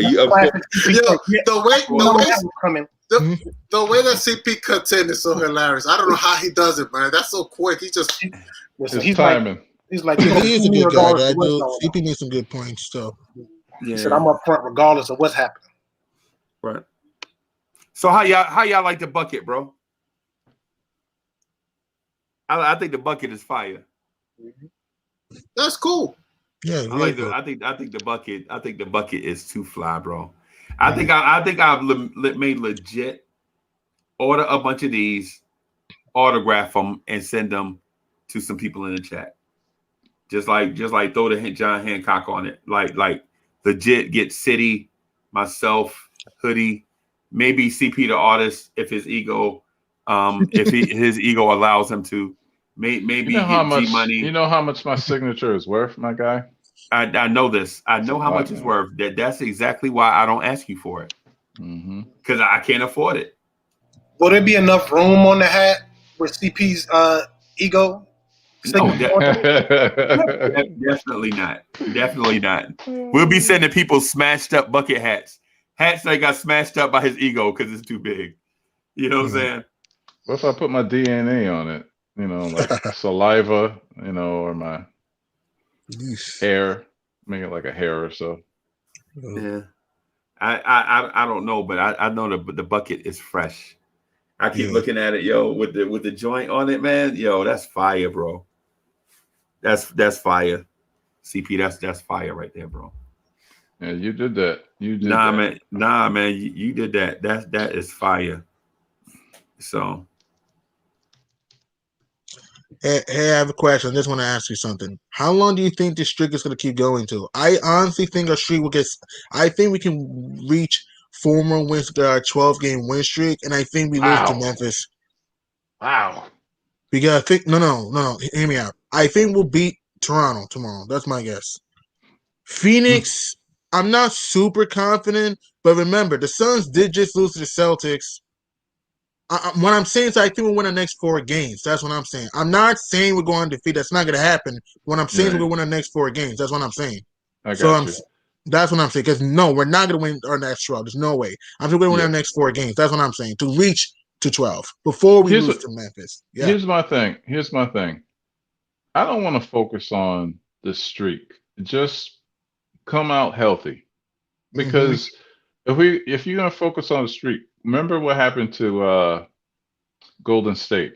You know, when they had their let's get to 74, 73. Yeah, right. And they were gone by the end of the year. And that was the year they lost to the finals, right? They they lost lost to Cleveland. they blew a 3-1 lead. 3-1 lead. Right. Uh-huh. So the streak is the streak. You know what I'm saying? I think, take one game at a time and just, perform. You know what I mean? Because I don't think, perfection is the most important thing right now. I think we could ride 6 more games though. Well, let's see. We got Toronto. 6 more. Here's my thing. Because G Money, we was talking about this some time ago. We said in the chat, we was talking, it was like the next 8 games are winnable. Which we've done just that. We just clicked the next 8 games. All right. Yeah. Jay Boogie, what's good? Big brother Jay Boogie. Yeah. So we've eclipsed that. And what we've just found out by way of the Celtics is that the Phoenix Suns are not juggernauts. I mean, they're tough, but they're not unbeatable. Yeah. So at the end of the day, we could ride this thing for 6 more games. Shoot, we could lose the next one. Who knows? Well, we got the Raptors. The way it go. But let's see. I'll make this quick. I'm sorry for interrupting you, Ron. I'm sorry. I'll make this quick. We got Toronto at home tomorrow. I think we may win that. We got Phoenix at home. It's going to be very tough. It'll be a 50-50 game. We may steal that game, but who knows? Then we got Chicago at home. I think we'll win that. We're going to beat Houston. Houston's trying to lose on purpose. I don't think we beat Memphis. I'm sorry. I think our streak ends in Memphis. I just have a weird feeling, though. Because remember, Jaren Jackson is back. And also the fact that, remember, our streak started because we beat the Grizzlies after being down big. So I think we may lose to the Grizzlies. Then we got the Denver Nuggets. So that could be a 50-50 game. We may win that game.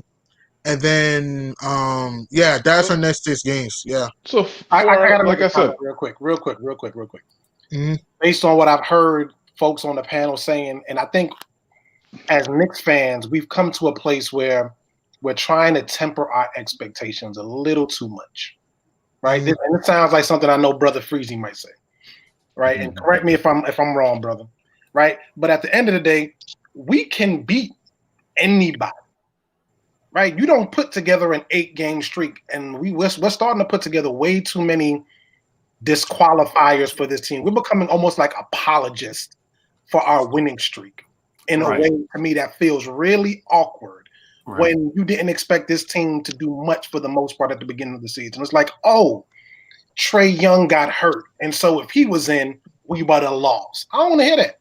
Injuries are part of the game. Taj, Noel was out for a while. Rose went out, and we beat Atlanta twice with Trae. Right. So stop that foolishness. Like, this team didn't. The last time we played such and such, they didn't have this guy, but they got him coming. Just stop it. And we didn't have Mitch and Burks neither. Let's stop that. Injuries are a part of the game. Exactly. It's a part of the game. Like the Toronto Raptors got a championship. Ain't no asterisks on their hosting. What's up? People put asterisks on their time. Wait. People put asterisks on their time. I don't put an asterisk on their championship. People put asterisks on their championship. It's true. People do put asterisks on the Raptors championship. I don't personally. That don't make no difference. They got a trophy, don't they? Regardless of how we feel about it. I know. They earned their ring. Every win in the championship is earned. What I'm saying is, and I agree with you, Ron. It's not our fault that Trae Young hurt his foot. I mean, it's not hurt his ankle. It's possible they would have won, but we will never get to know. They only up by 7 points going to the fourth quarter. 7. Like, at the end of the day, man, it doesn't matter. All right, hold on. We gotta introduce the Godfather, the Frank Corleone of this, Jay Boogie. Got something to say. Salute, man. God bless you guys, man. Y'all men doing great, wonderful things. Hey, I put it in the text, in the chat. I don't know if you saw it. Man, Freezy, that bucket is gonorrhea. It's beyond sick. It's gonorrhea, man. For real. It's like that. Let me go ahead and put my stamp on that. If y'all don't want to put that stamp on and answer that man question, you know what I'm saying, about that bucket hat and what he doing, you come on the chat or something and tell him something. But that thing is sick. Gonorrhea, man. Salute you for that, man. Salute the CP, you know what I'm saying, the artist, the great, you know what I'm saying, the great man, the original artist, man, Artique, man, you know what I'm saying, Wild Style. And salute to my man, the the pod Ralph Lauren, you know what I'm saying? Good to see you, man. The young Ron Osley, Mr. Miller himself, G Money. You know how I feel about you. Living, walking encyclopedia, you know what I'm saying? Salute to y'all. I'm gonna use that as my drop. I'm gonna use that as my drop. I always wanted a J Boogie drop. Now I got it. I'm gonna rip this from the internet. Man, go ahead, take that. Do what you do with it, man. You know what I'm saying? That's all love, man. You know what I'm saying? That's all love. Because I gotta get with you anyway, man. But be real, we gonna lose when we lose. Matter of fact, we ain't losing no more. You know why we ain't losing no more? The season is already won. Look at our foundation. You know what I'm saying? Foundation is the martyr. That's the office. You know what I'm saying? Then look at the bench staff. Those are the semi blocks. Then look at what Julius and RJ and all them doing. Those are bricks. We can't lose no more this season. I ain't even counting wins and losses. You know what I'm saying? I'm counting what we done did far as our organization, man. The city is well lifted, man. Everybody feel good every day about, you know what I'm saying, the Knicks, our Knicks, you know what I'm saying, doing their thing, man. We appreciate and love. We got something to talk about all season around. Last season, you know, all our faces were frowned up, down.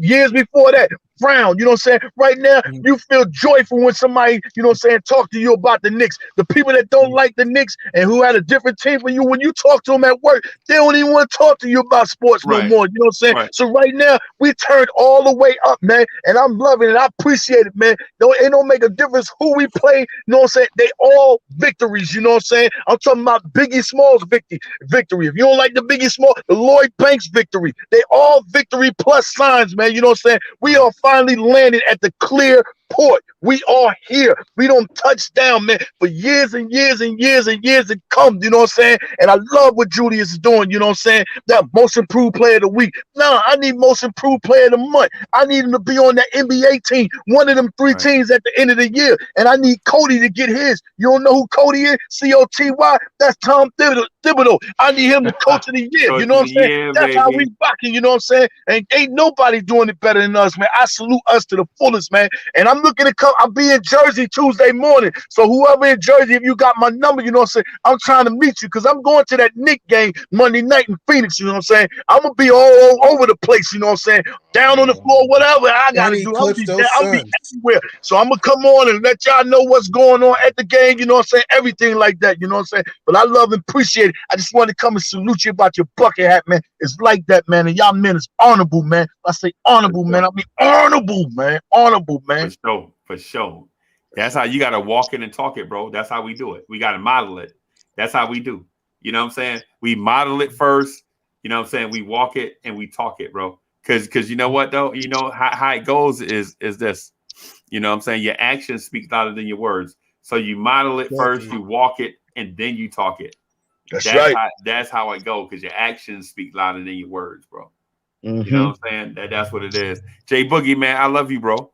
Man, I love you, man.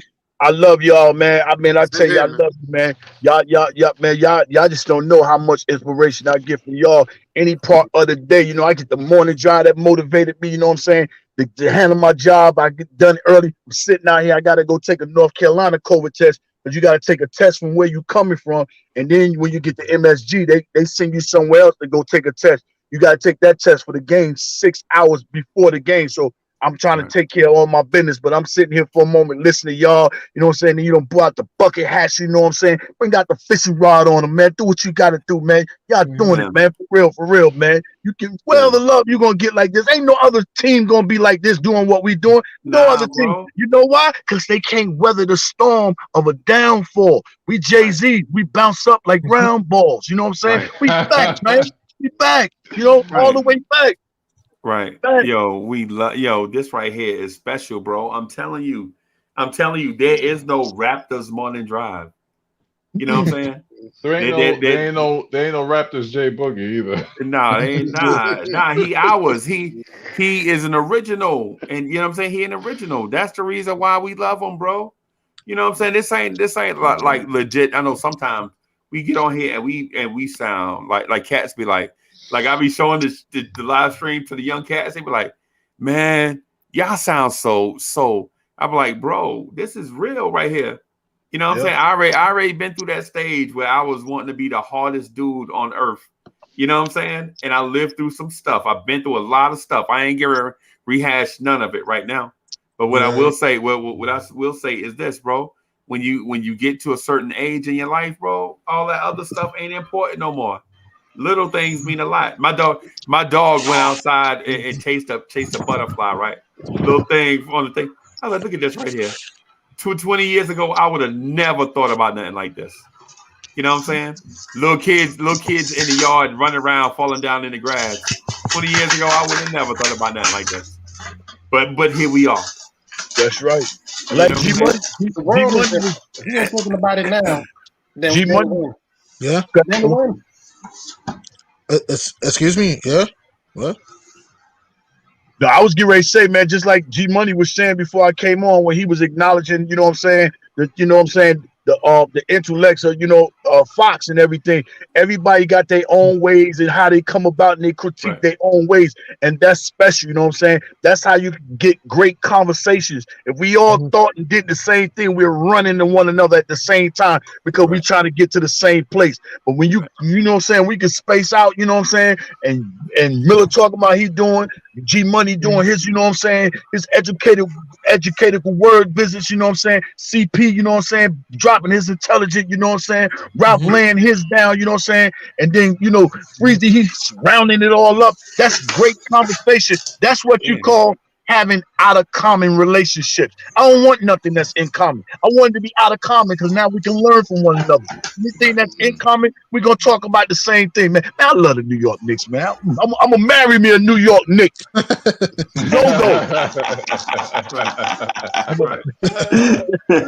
My wife would kill me, man. Hey, man, this line jumping off short, man. I got to get in here and go take this test, man. You know what I'm saying? But God bless you, man. But, man, like I said, I need to get in contact with somebody. I need to meet one of y'all guys in Jersey. I'm not coming in your city and not trying to meet somebody. So I'm reaching out to somebody, man. I'm put my number back in the chat, man. Y'all holler at me, man. I'm coming. I'm put my number in the chat right now, man. Word. You need to link up with G.I. J Boogie. Yeah. G.I. just dropped his math in the chat. Yes. In the back channel. So. Yeah, man. Oh, man. Yeah, man. Yeah, I'm in South Carolina, J Boogie. I'm trying to round all y'all up so we can get together and hang out, bro. At some point. Let's so do you ain't welcome in Atlanta. Yeah, well, I mean, you welcome here. You welcome here. You're welcome here in Long Island. Yeah. Ron, you in Atlanta too? Absolutely, brother. I'm here, man. Okay. I'm here. So where's your spot at in Atlanta for food? Hey, I just dropped that in the chat again, man. Man, if you ain't got my number, just grab my number anyway. You know what I'm saying? Because I be moving. I be everywhere. Ain't no telling when I might be in your city. You know what I'm saying? Right. So just grab my number. Text me who you are. You know what I'm saying? We'll talk, man. God bless you all, man. Y'all have a great day. Continue on doing what y'all doing, man. Y'all great men, great fathers, great sons, great uncles, great brothers, great cousins, and most important, y'all great friends, man. God bless you, man. You welcome. God bless you too, man. Awesome. Yeah, man. Yeah, man. Midtown. I like Midtown. Midtown has some decent spots. I think the other spot is what is it? East Atlanta. Okay, I'm not too far from East Atlanta. There's some hidden gems over there, man. Some hidden gems in that East Really? Atlanta. Yeah. Really? Spots like Agave over there. I've been to Agave. Yeah. Yeah. Wait a minute. I went to Agave in the city. I didn't know if they had one in East Atlanta. Like, yeah, I mean, it's right. It's a stone's throw away, man. When you break it down, it's in the city, same spot over there. Off of Boulevard. Yeah, I've been Boulevard. there. Yeah, I've been there. Took a couple of dates there. Yeah, solid spot. Yo, now I'm trying to figure out why I can't take my girl there now. She said, you ain't taking me nowhere where you take all your other hoes. You did good this whole time. I say the same thing. Giving yourself conflict, now you messing yourself up. Come on, stop. So I'm trying to figure out this one is the one though. This one is the one. So I gotta. This is the one right here. Yeah, man, this is the one right here. Yeah, and so I'm trying to figure out how in the world a man from South Carolina. Your call cannot be. Sorry, ignore that. My fault. So how a man from South Carolina on game night can buy a ticket to see the Atlanta Hawks play anybody, buy that ticket on the morning of the game, and go sit right behind the visitors bench? Because Atlanta has no fans.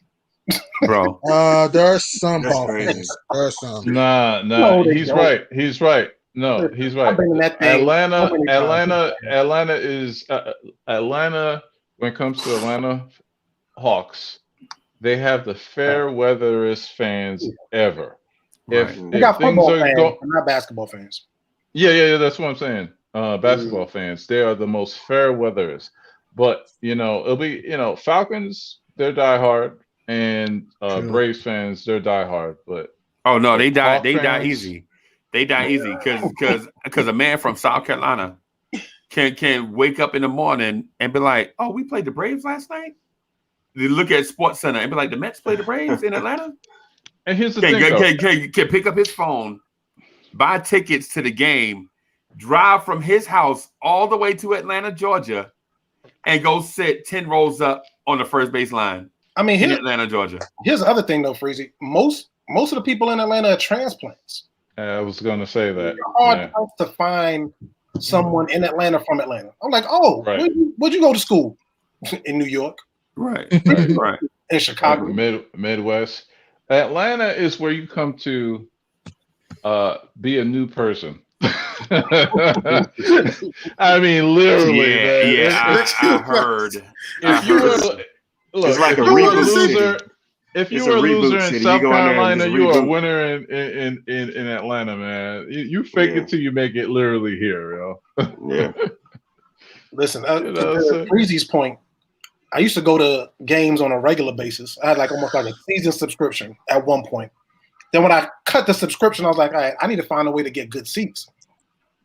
I will go on Ticketmaster and buy the tickets in the first quarter, be about outside the arena. Man, I'd be like 2-3 rows up and be paid like little to nothing for the tickets.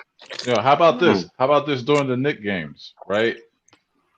Before, you see, right now it's State Farm, but before it was called Phillips Arena. Phillips Arena. But whenever the Knicks played, even when we were bad, right? Because I went to a game when we had Bogdani, right? And Bogdani and Melo. And let me tell you something. Phillips Arena turned into Madison Phillips Arena. Yeah. Knicks fans were heavy up in there, man. We were heavy up in there. It was my first Knicks game ever. Well, it was it was the Hawks game, but going there and we were so loud, we were booing. We were able to boo the home team. Yeah, listen, I watch it on TV. And CP, you know what? And then they start leaving. Who? And then they start leaving. Look, the Hawks fans. No lie. Yeah, no lie. yeah. They start. Hey, yo. So show me, Obi. I'm gonna tell you this, right? Right. So back in the day, I tried to sneak into Dallas Stadium to see the Bears and the Cowboys, right? So I snuck in. I barely got in. It was so packed. It was ridiculous. I had my Chicago Bears hat on, right? Hey, baby. and so I had my Chicago Bears hat on.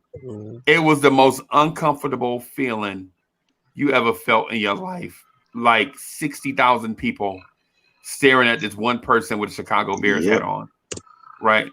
So I took my Chicago Bears hat off. You know what I'm saying? I left early. You know what I'm saying? And the Cowboys were good back then too. Emmitt Smith was running that thing down our throat, right? Bro, so I go from please. And so I go from that, right? And DFW, right? And the parking was terrible. It was a trek. You know what I'm saying? You had to be in shape to get from your parking spot to your seat. You know what I'm saying? Right. And I knew you were in trouble. Right. Yeah. Back then I was 6'5.5", about 213. Right. So I was pretty heavy. 250. Who's counting? Yeah, 213. I was boxing for the military back then. Yeah, you're right. And so I watch Sports Center. I wake up late in the morning. I'm like, man, what's going on? I wake up late. I'm watching Sports Center. You know how they play Sports Center like 5 times in a row back when they used to do that? Yeah. And so I watched Sports Center. I was like, you know what? Let me see if I can get a ticket to this thing. Bro, I bought a ticket after I watched Sports Center 5 times. You get in your car, go all the way to Atlanta, and you go sit where you want with your Mets gear on, and it ain't nothing. Bro, you like, what is this? This is so easy. Yeah. Right? Welcome to Atlanta. Yeah, this is so easy. You know what I'm saying? Now you talk about Georgia Bulldog football if you want. Yeah. Now you mess around and say something bad about Georgia Bulldogs football. Now you might be in for a fight against multiple people. Yeah, right? Athens is a different animal. Right. Up there in Athens, yeah. Bro, man, listen. Georgia football is crazy. Mm-hmm. Atlanta Hawks basketball. Why they got a team? I think they might move. Freezy, they probably might move that team. Yeah, they might. They probably should. No. They're not. They're not leaving Atlanta. They're not leaving. What I'm saying. They ain't going nowhere. But they just surviving. You know what I'm saying? They survive. It's like DC is not moving. The Wizards ain't moving, but they can't pack out a stadium. But they ain't going nowhere. I liken them to the Nets. Freezy. Yeah, boss. No, I was going to say that we're hearing that Minnesota's going to move to Seattle. Is that still true? Wait, what? The Wolves are moving to Seattle? Nah. Part of the agreement for A-Rod and the group that purchased the Timberwolves is to keep them in Minnesota. But bro, Seattle don't deserve a team, bro. We keep going over this. To me, this shit. What about Vegas? Just leave it alone. Just leave it alone. Just leave the league alone. If it's not making money, it gotta make sense. If it's not making no money, it's gonna go somewhere. And they not making money. They constantly losing. It's the worst franchise in the NBA, and they probably gonna wind up with the number 1 pick again this year, just to infuse some more energy into that fan base. The Wolves to me are kind of an embarrassment. Okay, like think about it, they only made the playoffs one time since 2004, and they need a semi-play-in game kinda to beat the Denver Nuggets the last day of the season. All right, they're not a good franchise. I mean, Andrew Wiggins, Karl Anthony Towns, D'Angelo Russell, Jimmy Butler, Jamal Crawford. Let me keep going. Jamal Crawford, Kevin Love, Ricky Rubio, Corey Brewer, Kevin Martin. All these talented, all these good players, and yet they haven't done jack squat with them. Right. I got 2 takes on that. One, the Timberwolves and the Cleveland Cavaliers, they're 2 peas in a pod. Yeah. Right? Yes. To Freezy's point with respect to, we're gonna keep giving you these picks, right? To try to inflate your ability to actually perform. Right. LeBron was a flash in the pan. He left. He came back and made the team relevant.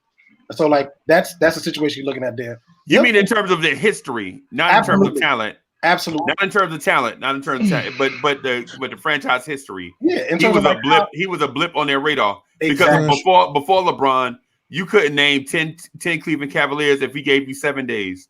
There's Big Z, Ricky Davis. I tell you, besides UG money. Besides UG money. Are you talking about all time? Yes. Or Craig Elo, Brad Doherty. I need 4, right?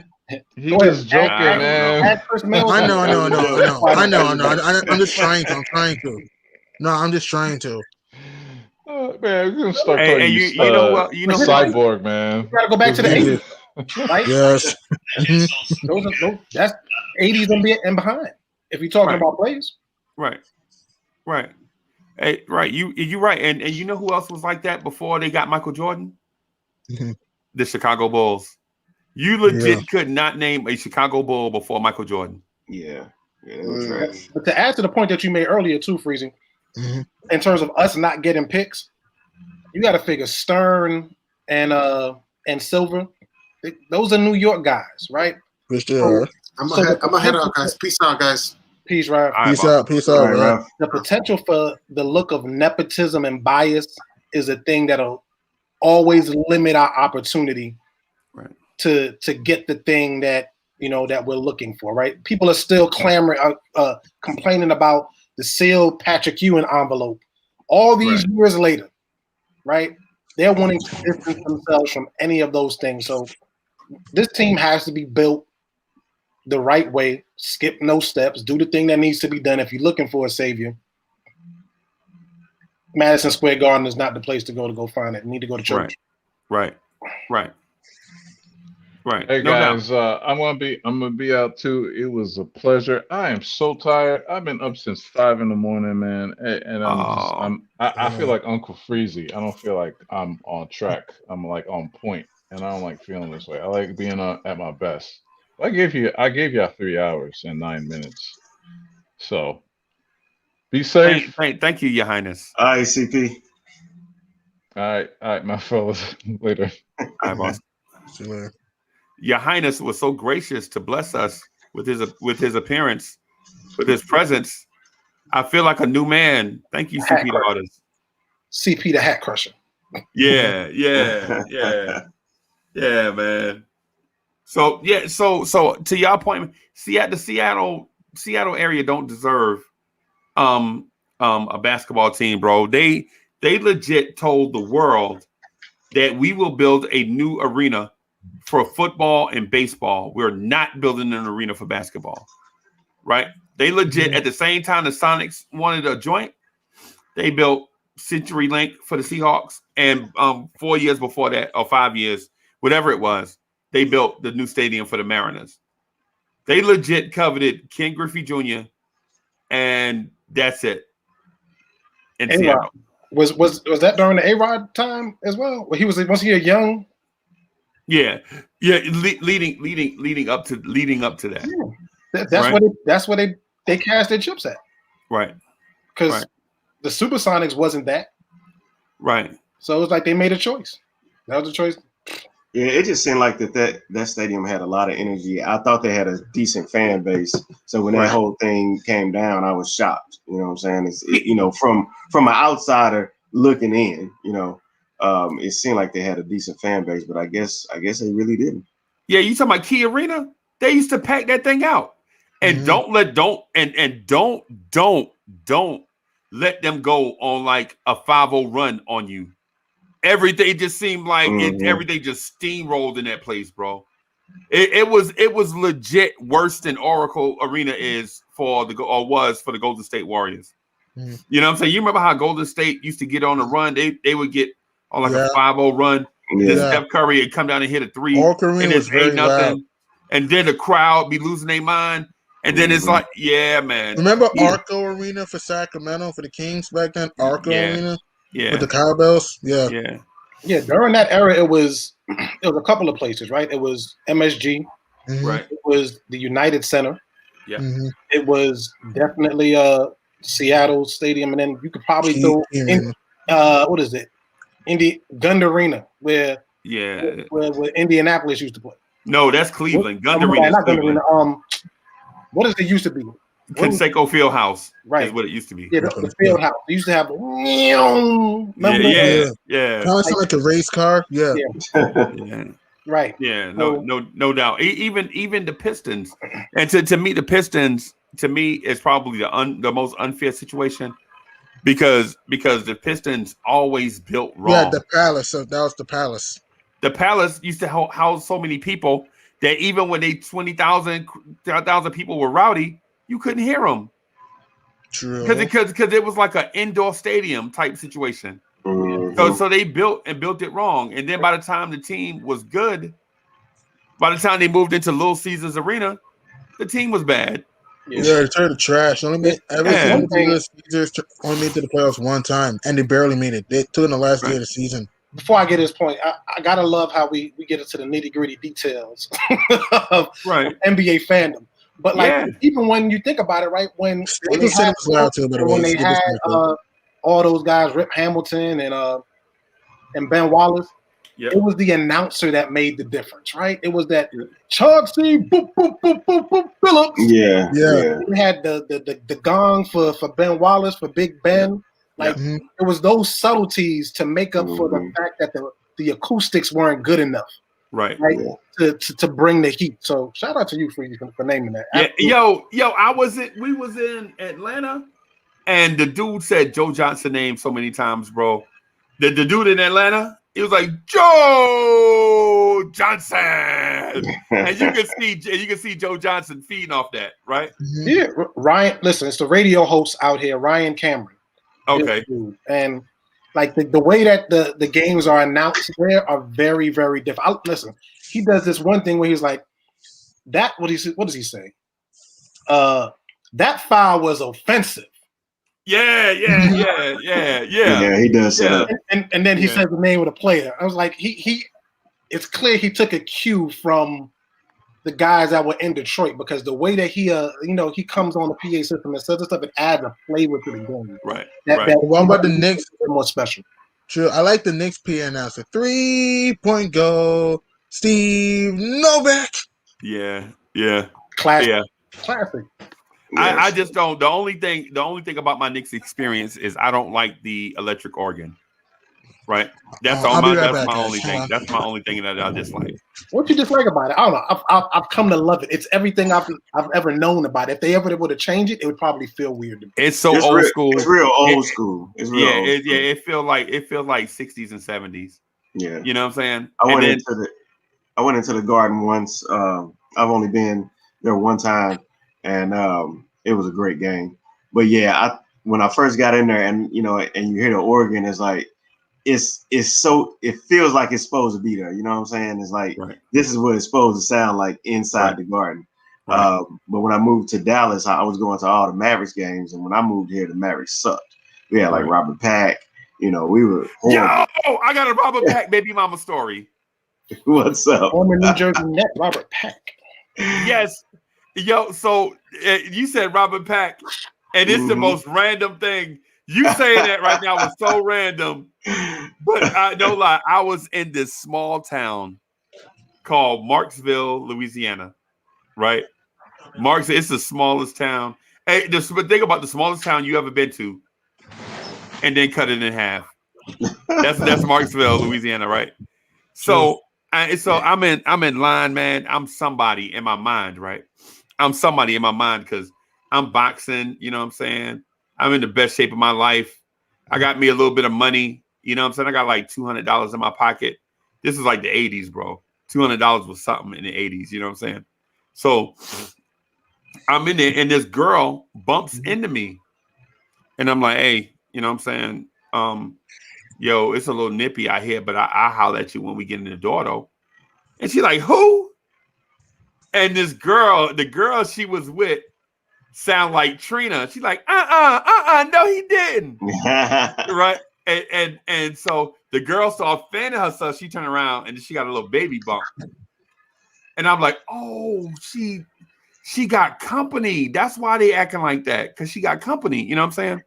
For people down south, when somebody pregnant, we say they got company. You know what I'm saying? You know what I mean? So anyway, her friend is like, do you know who she is? And I'm like, hold on. My man is like, nah. Do you know who this is? This is Uncle Freezy right here. You know what I'm saying? Boosting my head up. You know what I'm saying? Whatever. And so the chick that sounded like Trina, she's like, You know who this is? This is Robert Pack baby mama. And I'm like, what? That is your claim to fame? Wow. That's your claim. Your claim to fame is I'm winning, fam. I'm winning. Right. She's I got like, $1 million baby coming. Right. She's like, I'm Robert Pack baby mama. And this was when he was playing with the Denver Nuggets, by the way. It was like she was like, yo, I'm Robert Pack baby mama. And we laughed at that. Yo, we laughed. Because down there in the country, you say that means something.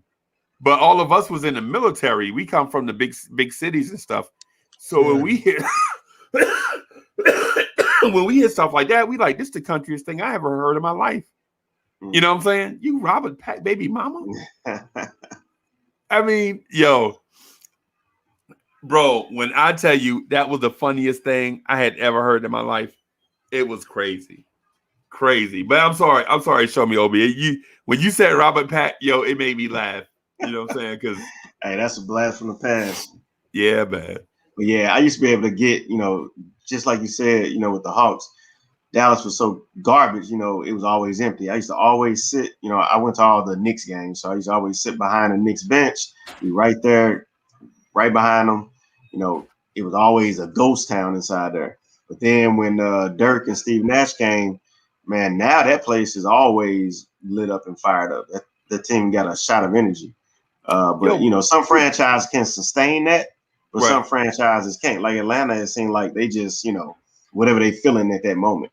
Ownership group too, right? Like you got to figure how much of a shot in the arm was Mark Cuban in the development. Amazing. So it's the entertainment inside of there that a lot of people don't see. They came out with the big boys. They'd be dancing with the cheerleaders. They be doing their thing. He had the drum line. Like it's a really nice experience. Yeah, man. I went once when they had a very young Jason Kidd, a very young Jim Jackson, and a very young Jamal Mashburn. Right, and they was getting the break speed off them. Right, and it didn't make sense. I was like, yo, if a team had that young core, what you can do with a young Jason Kidd, Jamal Mashburn, and Jim Jackson. Jim Jackson was one of the smoothest shooting guards you ever saw in your life. Yep. And Jamal Mashburn, when healthy, was a scoring machine. Right? And Jason Kidd name, that just speaks for itself. Right? I saw a game where they legit, the Chicago Bulls were the defending world champs. And I saw this one on TV now. I didn't see this one in person. Where the defending NBA champs, Chicago Bulls, was getting the business handed to him by Jim Jackson and Jamal Mashburn. They were legit taking turns on Scottie Pippen. And Scottie Pippen, bro, is an elite all-time defender. But it made you wonder why these kids ain't play like that every night. Because they was kids. Yeah. But you would have thought that group would have taken a leap. They were extremely talented. Yeah, very talented. And most of those guys didn't actually make that leap until after they left in terms of the contributions. Right. We already knew Jason Kidd was going to be great after him and Grant Hill won. When's the last time we seen a co-rookie of the year award? Right? Yeah. When's the last time we seen that? So both of those guys were exceptionally talented. But you got to figure Jason's Kidd prime was spent in New Jersey. Right. Playing for a fan base that wanted no part of any of the things that they had cooking. Were they still wearing acid wash, bro? Were they still wearing acid wash, or were they wearing them ugly gray, the slate gray? The slate. They had the gray joints. Okay. I think that was a matter of fact. They went through so many jersey changes in that period of time too. It was a lot of them for that thing. I think they figured if we just rebrand it just right, they will come. Every year. They like, if we just rebrand it, one day we'll be the Knicks. Yeah. But that also takes you, so you think about that Mavericks team, that young core, and you see how everybody, once they got away from that situation, developed and got better. That puts us in the same, with the Knicks, where I know we trash Knox and Frank and all that stuff, but you think about what if, it's always that what if Tibbs was here and this coaching staff was here when we drafted those guys, would they be better, than what they are now? But because they got trash development and trash coaching, now, like we said before, you got to break all that nonsense down, fix it, and then rebuild it. And so that's what Tibbs is doing right now. Yeah. So that's why, when you brought up, you look at who we had and who's still here, Knox and Frank. Right. So there's a reason for that. I didn't think about it until you broke it down like that, but I can see it now. I can see it. Yeah, they're basically putting Knox and Frank in the matrix. Right? They legit are putting them in an incubator. Right. And I think they told them at the beginning of the season, like, look, man, this ain't the year for y'all. We're going to try to win with what we got. But what we're going to do is strip down all your bad habits from last year, including RJ and Mitch. You remember how Tibbs was like, yeah, Mitch needed to be more professional. Remember that early in the season? Like breaking down all these bad habits they learned from a terrible coach and putting them in an incubator. And then going forward, this young core is going to be something. And then you add Obi and Quickly to it. Yeah. Bro. That's an amazing take. And I think, I don't know if I heard it from you or if I heard it from my big brother Ron Cleveland, about the concept of rehab. These guys are in rehab, man. They're just rehabilitating these guys' careers in terms of knots. In terms of if they was gonna move them, and I heard I heard Hoodie Kev say it the other day in terms of you had him in a basketball IQ academy. I was trolling him in the chat in terms of this whole Kevin Knox thing. Listen, he's trying to get these guys right. You get them right, you put in the work, and not only that, we keep talking about it. Growth don't look like this, man. This ain't growth. Right. Growth is this. Right. You know what I mean? It's not always linear.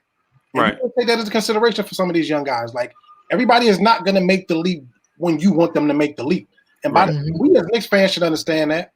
How many guys we called for a little while, quit on them, and then a couple of years later, it's like, dog, didn't we have that dude? Right. For somebody else, because you quit on them too early and you didn't value draft picks and you didn't value young talent and the time it takes for them to actually cook. Like you said, throw them in the incubator and then let them out when they're ready. Right. And so the most important thing was this. We threw them to the wolves in a losing situation. Think about that. We threw them to the wolves. Like, you go start day one for a losing team, right? And then you expect them to be the savior. Go out there and learn. Take your bumps and bruises. Nah, bro. What you want to do is build a winning culture and bring them along slowly in a winning culture. You know what I'm saying? And have them incorporate themselves in the winning culture. Facts. You don't. Otherwise, they become rabid and reckless. Right. Rabid and reckless. Think about it. We talk about feral kids and all that other type of stuff just thrown out in the woods.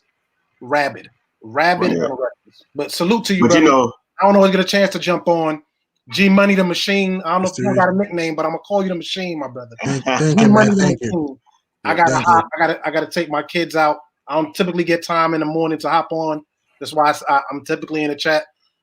Salute to you, fellas. Freezy, thank you for what it is that you're doing for the culture.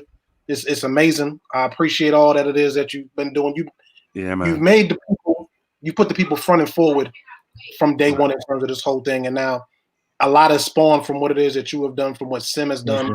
It's amazing, man. Y'all be good, brothers. Be blessed. You too, man. All right, bro. All right, boss. Stay safe, Ron. Stay safe, Ron. But I'm gonna hang out for a few more minutes, man. I got to get out of here too because I gotta make this trip to Colombia. So, and you going to Colombia? Oh, nice. Yeah, G Money. I only been up since I've been up since 5:30 yesterday afternoon. Oh, so okay. Yeah, so I'll probably take me like a 37-minute nap and then get up and stay up for the rest of the night. Man, how far is it from here to Colombia? Like, no, from where I am, I'm in South Carolina, right? So it'll probably be like an hour and 15 minutes. Oh, okay, never mind. All right. Yeah, my man Cornerstone just texted me. He landed here in Dallas, so we're supposed to link up probably tomorrow. Okay. Oh, he's in Dallas. Nice. He going to the Mavs game tonight. Okay. Who they playing tonight? The Mavs are playing. The Mavs are playing the Lakers tomorrow, not tonight. Tomorrow. I mean, on ABC. No, it's tonight. No, it's tomorrow. Is it tomorrow? Yeah, today's Friday. They're playing on ABC tomorrow against the Lakers. So who they playing Friday night though? Is what I'm saying. Nobody. They played last night. I thought it was tonight. I have to look at the schedule again. Okay. Yeah, they played last night against the Lakers. It's a mini, I can say, 2-game series. So they played last night against LA, and they're playing the Lakers tomorrow on ABC Saturday evening time. So. Oh, okay.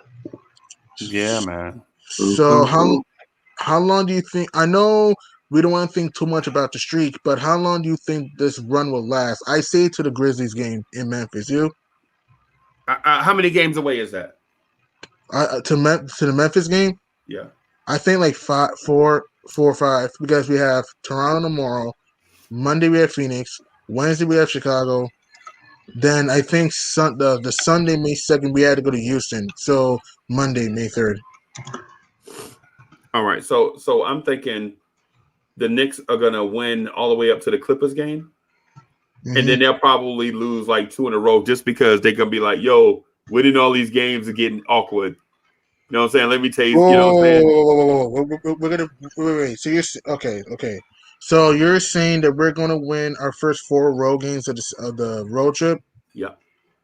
So that means, let's see, we're gonna go on a 16-game win streak. That's what you're saying? Why not?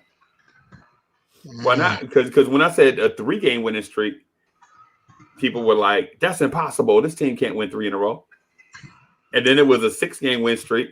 And then we were like, well, 6 games in a row? Nah, we can't do that. This is the Knicks. Now we're on an 8-game win streak with Toronto in the building tomorrow. And Toronto, they lost. They don't have Chris Boucher, so he may not play. And we don't know if Gary Trent's going to play or not. But so you're saying that we're going to sweep the Suns this season. That's what you're saying. And I think we can win in Denver. I think we can win in Denver without Jamal Murray. But you're saying that we're going to sweep the Suns this season? Who are the Suns? The number 2 seed in the West? Yeah, we're the number 4 seed in the East. Okay, I believe we'll win I think we'll win at the Garden. The more I think about it, I think we'll win at the Garden because I think we're a better home team, and I think that the teams play with confidence.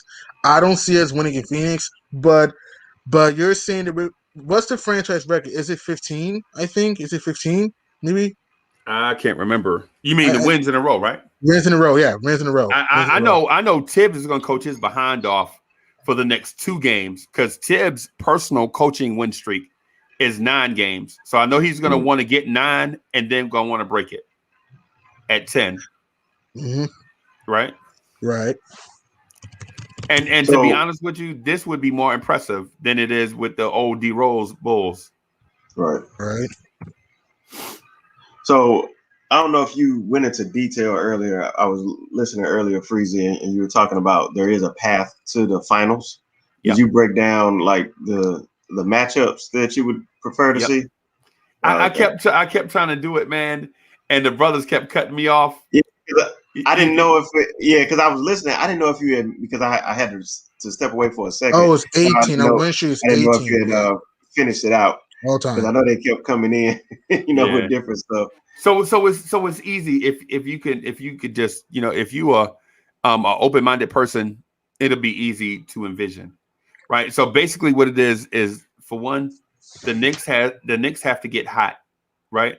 Mm-hmm. The Knicks have to get hot and finish at least 14-6 or 15-5 in their last 20 games, right? Right. But so far, the Knicks are 8-0 with 12 to go. So that part is a given, right? That part they're already hot. We don't even that's a fact right now. We don't even have to because even if they go 6-6, guess what? 14-6 is what we predicted in the first place. True. So now all they have to do is get the 4th seed, right? Well, guess what? The Knicks are the 4th seed in the East right now, right? And the reason why it's important for the Knicks to get the 4th seed is because the 4th seed or higher is because what you want to have ideal matchups in the playoffs. That's what we've been seeing, man. Right. And so the Knicks get the 4th seed and they play Atlanta as the 5th seed. Yeah, we can beat Atlanta. Plus, we have home field advantage, right? Home court advantage. I'm sorry. And then when you take into account that no team in the top 3 ever makes it to the Eastern Conference Finals, one of the top 3 seeds always gets knocked off early, right? Always. It's just how it is. Right. And so in our scenario, we would play the Philadelphia 76ers in the second round based off what I said. Right. And the Philadelphia 76ers, what people don't realize is they have a glass ceiling. Their glass ceiling is the second round of the playoffs. All they got to do is do what they traditionally do. If they do what they traditionally do, we'll beat them in the second round because they never advance past the second round. Yeah, and Doc Rivers traditionally is a second round coach. And I know what people was going to say. Well, Joel Embiid is playing like a such and such. It's not just that, but here's the difference, though. All right. See, show me, Obi. This is why I get cut off. Let's think logically, okay? Let's just think logically. When G-Money, Philadelphia lost, this is logically. I'm no, thinking no, logically. no. Yo, yes, it is. Yes, it is. No. I'm just trying to explain. Can I explain my point, please? All right. In the second round in 2019, G-Money. that Kawhi Leonard. G-Money. Who's our Kawhi Leonard? G-Money. All I wanted to do was just finish this little thing, man. Let him finish the whole thing, G-Money. Yeah, every time I do it, I get cut off. That's what I'm saying. That's why Show Me Obi asked me to do it again, because but the Philadelphia 76ers are a glass ceiling second round team. Doc Rivers, even with exceptional talent, only got past the second round twice in all his years of coaching. And think about all the talent he's coached, right?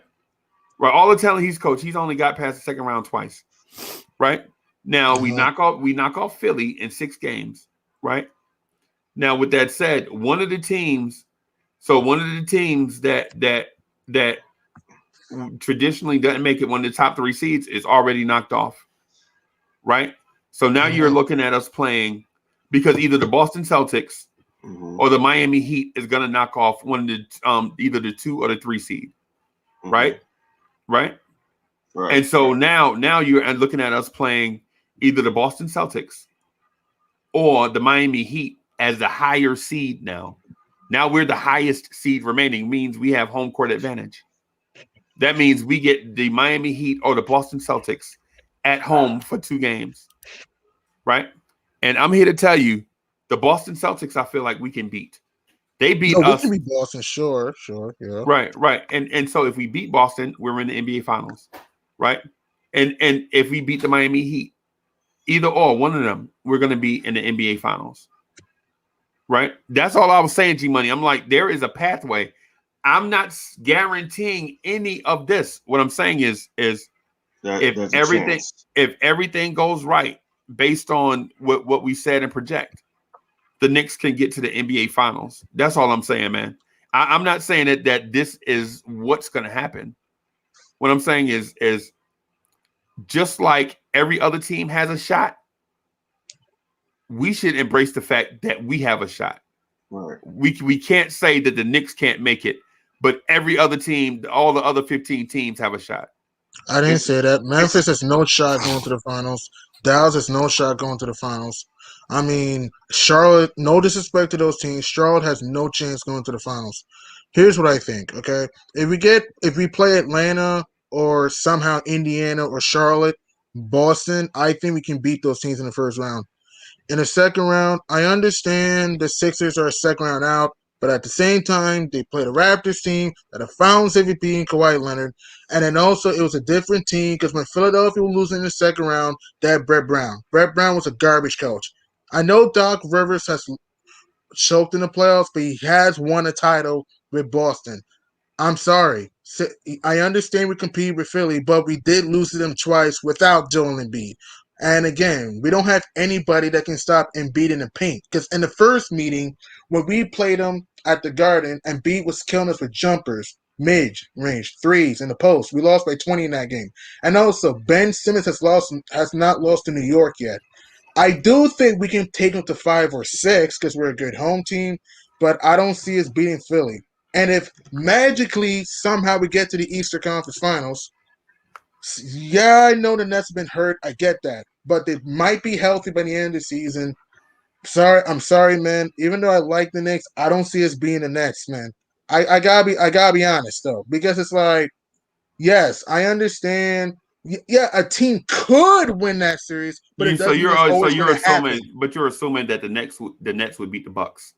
Yes, I don't believe Milwaukee in the playoffs. But also, G-Money, this is why they have the playoffs. So what happens is it's always there. If the stars line up, right, things happen. You know what I'm saying? If Kawhi don't make that shot against the Sixers, it's a different story, right? Well, it's a tie game. You never know. But it's a different story, you know. So the thing is, if you look at the Heat, I don't think anybody really saw the Heat making it to the finals last year, but it happened.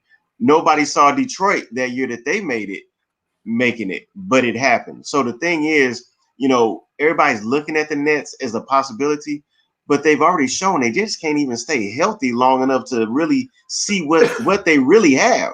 And they haven't had a chance to even gel together as a unit and face adversity, face runs against other teams, together as a group and really see what they can do. I don't trust that team to make it all the way to the finals. If they do, great. But if they, I don't have them getting into the finals. It'll be another team out the East. I don't think it's going to be the Nets. To me, Philly or Milwaukee, to me, is the best team to beat Brooklyn in the East. No one else is there. Miami's not the same this year.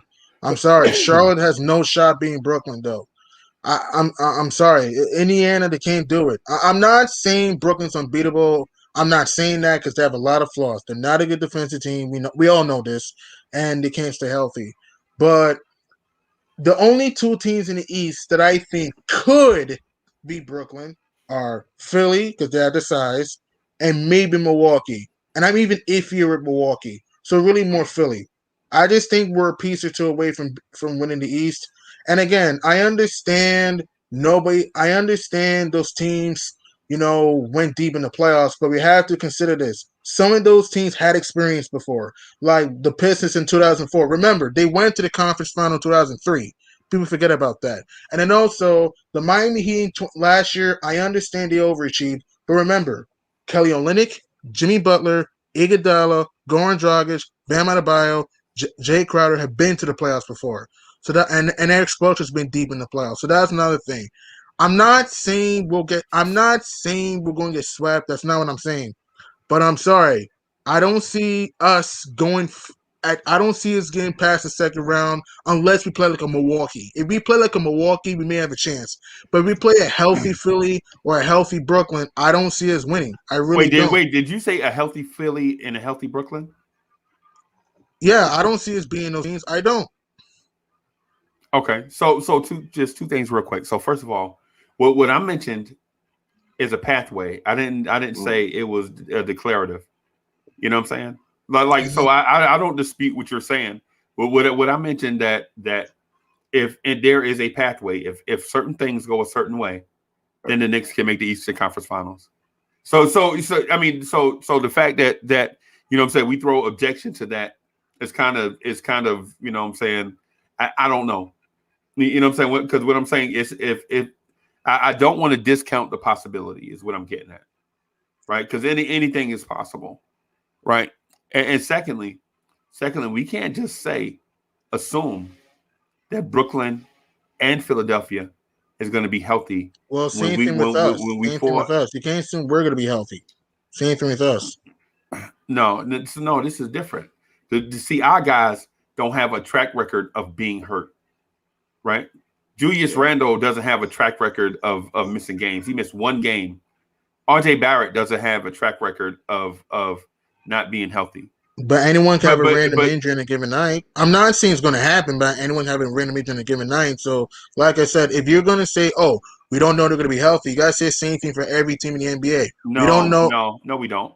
Yeah, we do. Is LeBron AD going to be healthy? Yes, we do. Nah, they in the Western Conference though, bro. What I'm saying is, what I'm saying is you're assuming that injury-prone teams are going to be healthy in the playoffs. They're called injury-prone for a reason, because they're injury-prone. Now saying a team can get injured, any player can get injured, I agree, because it can happen to anybody. But what I just told you was a fact. Julius Randle only missed one game all season. No, I agree with that. Yeah, he's durable. RJ Barrett is durable. Can they get injured? Yes. You know what I'm saying? But what I'm saying is Kevin Durant is injury prone. James Harden is injury prone.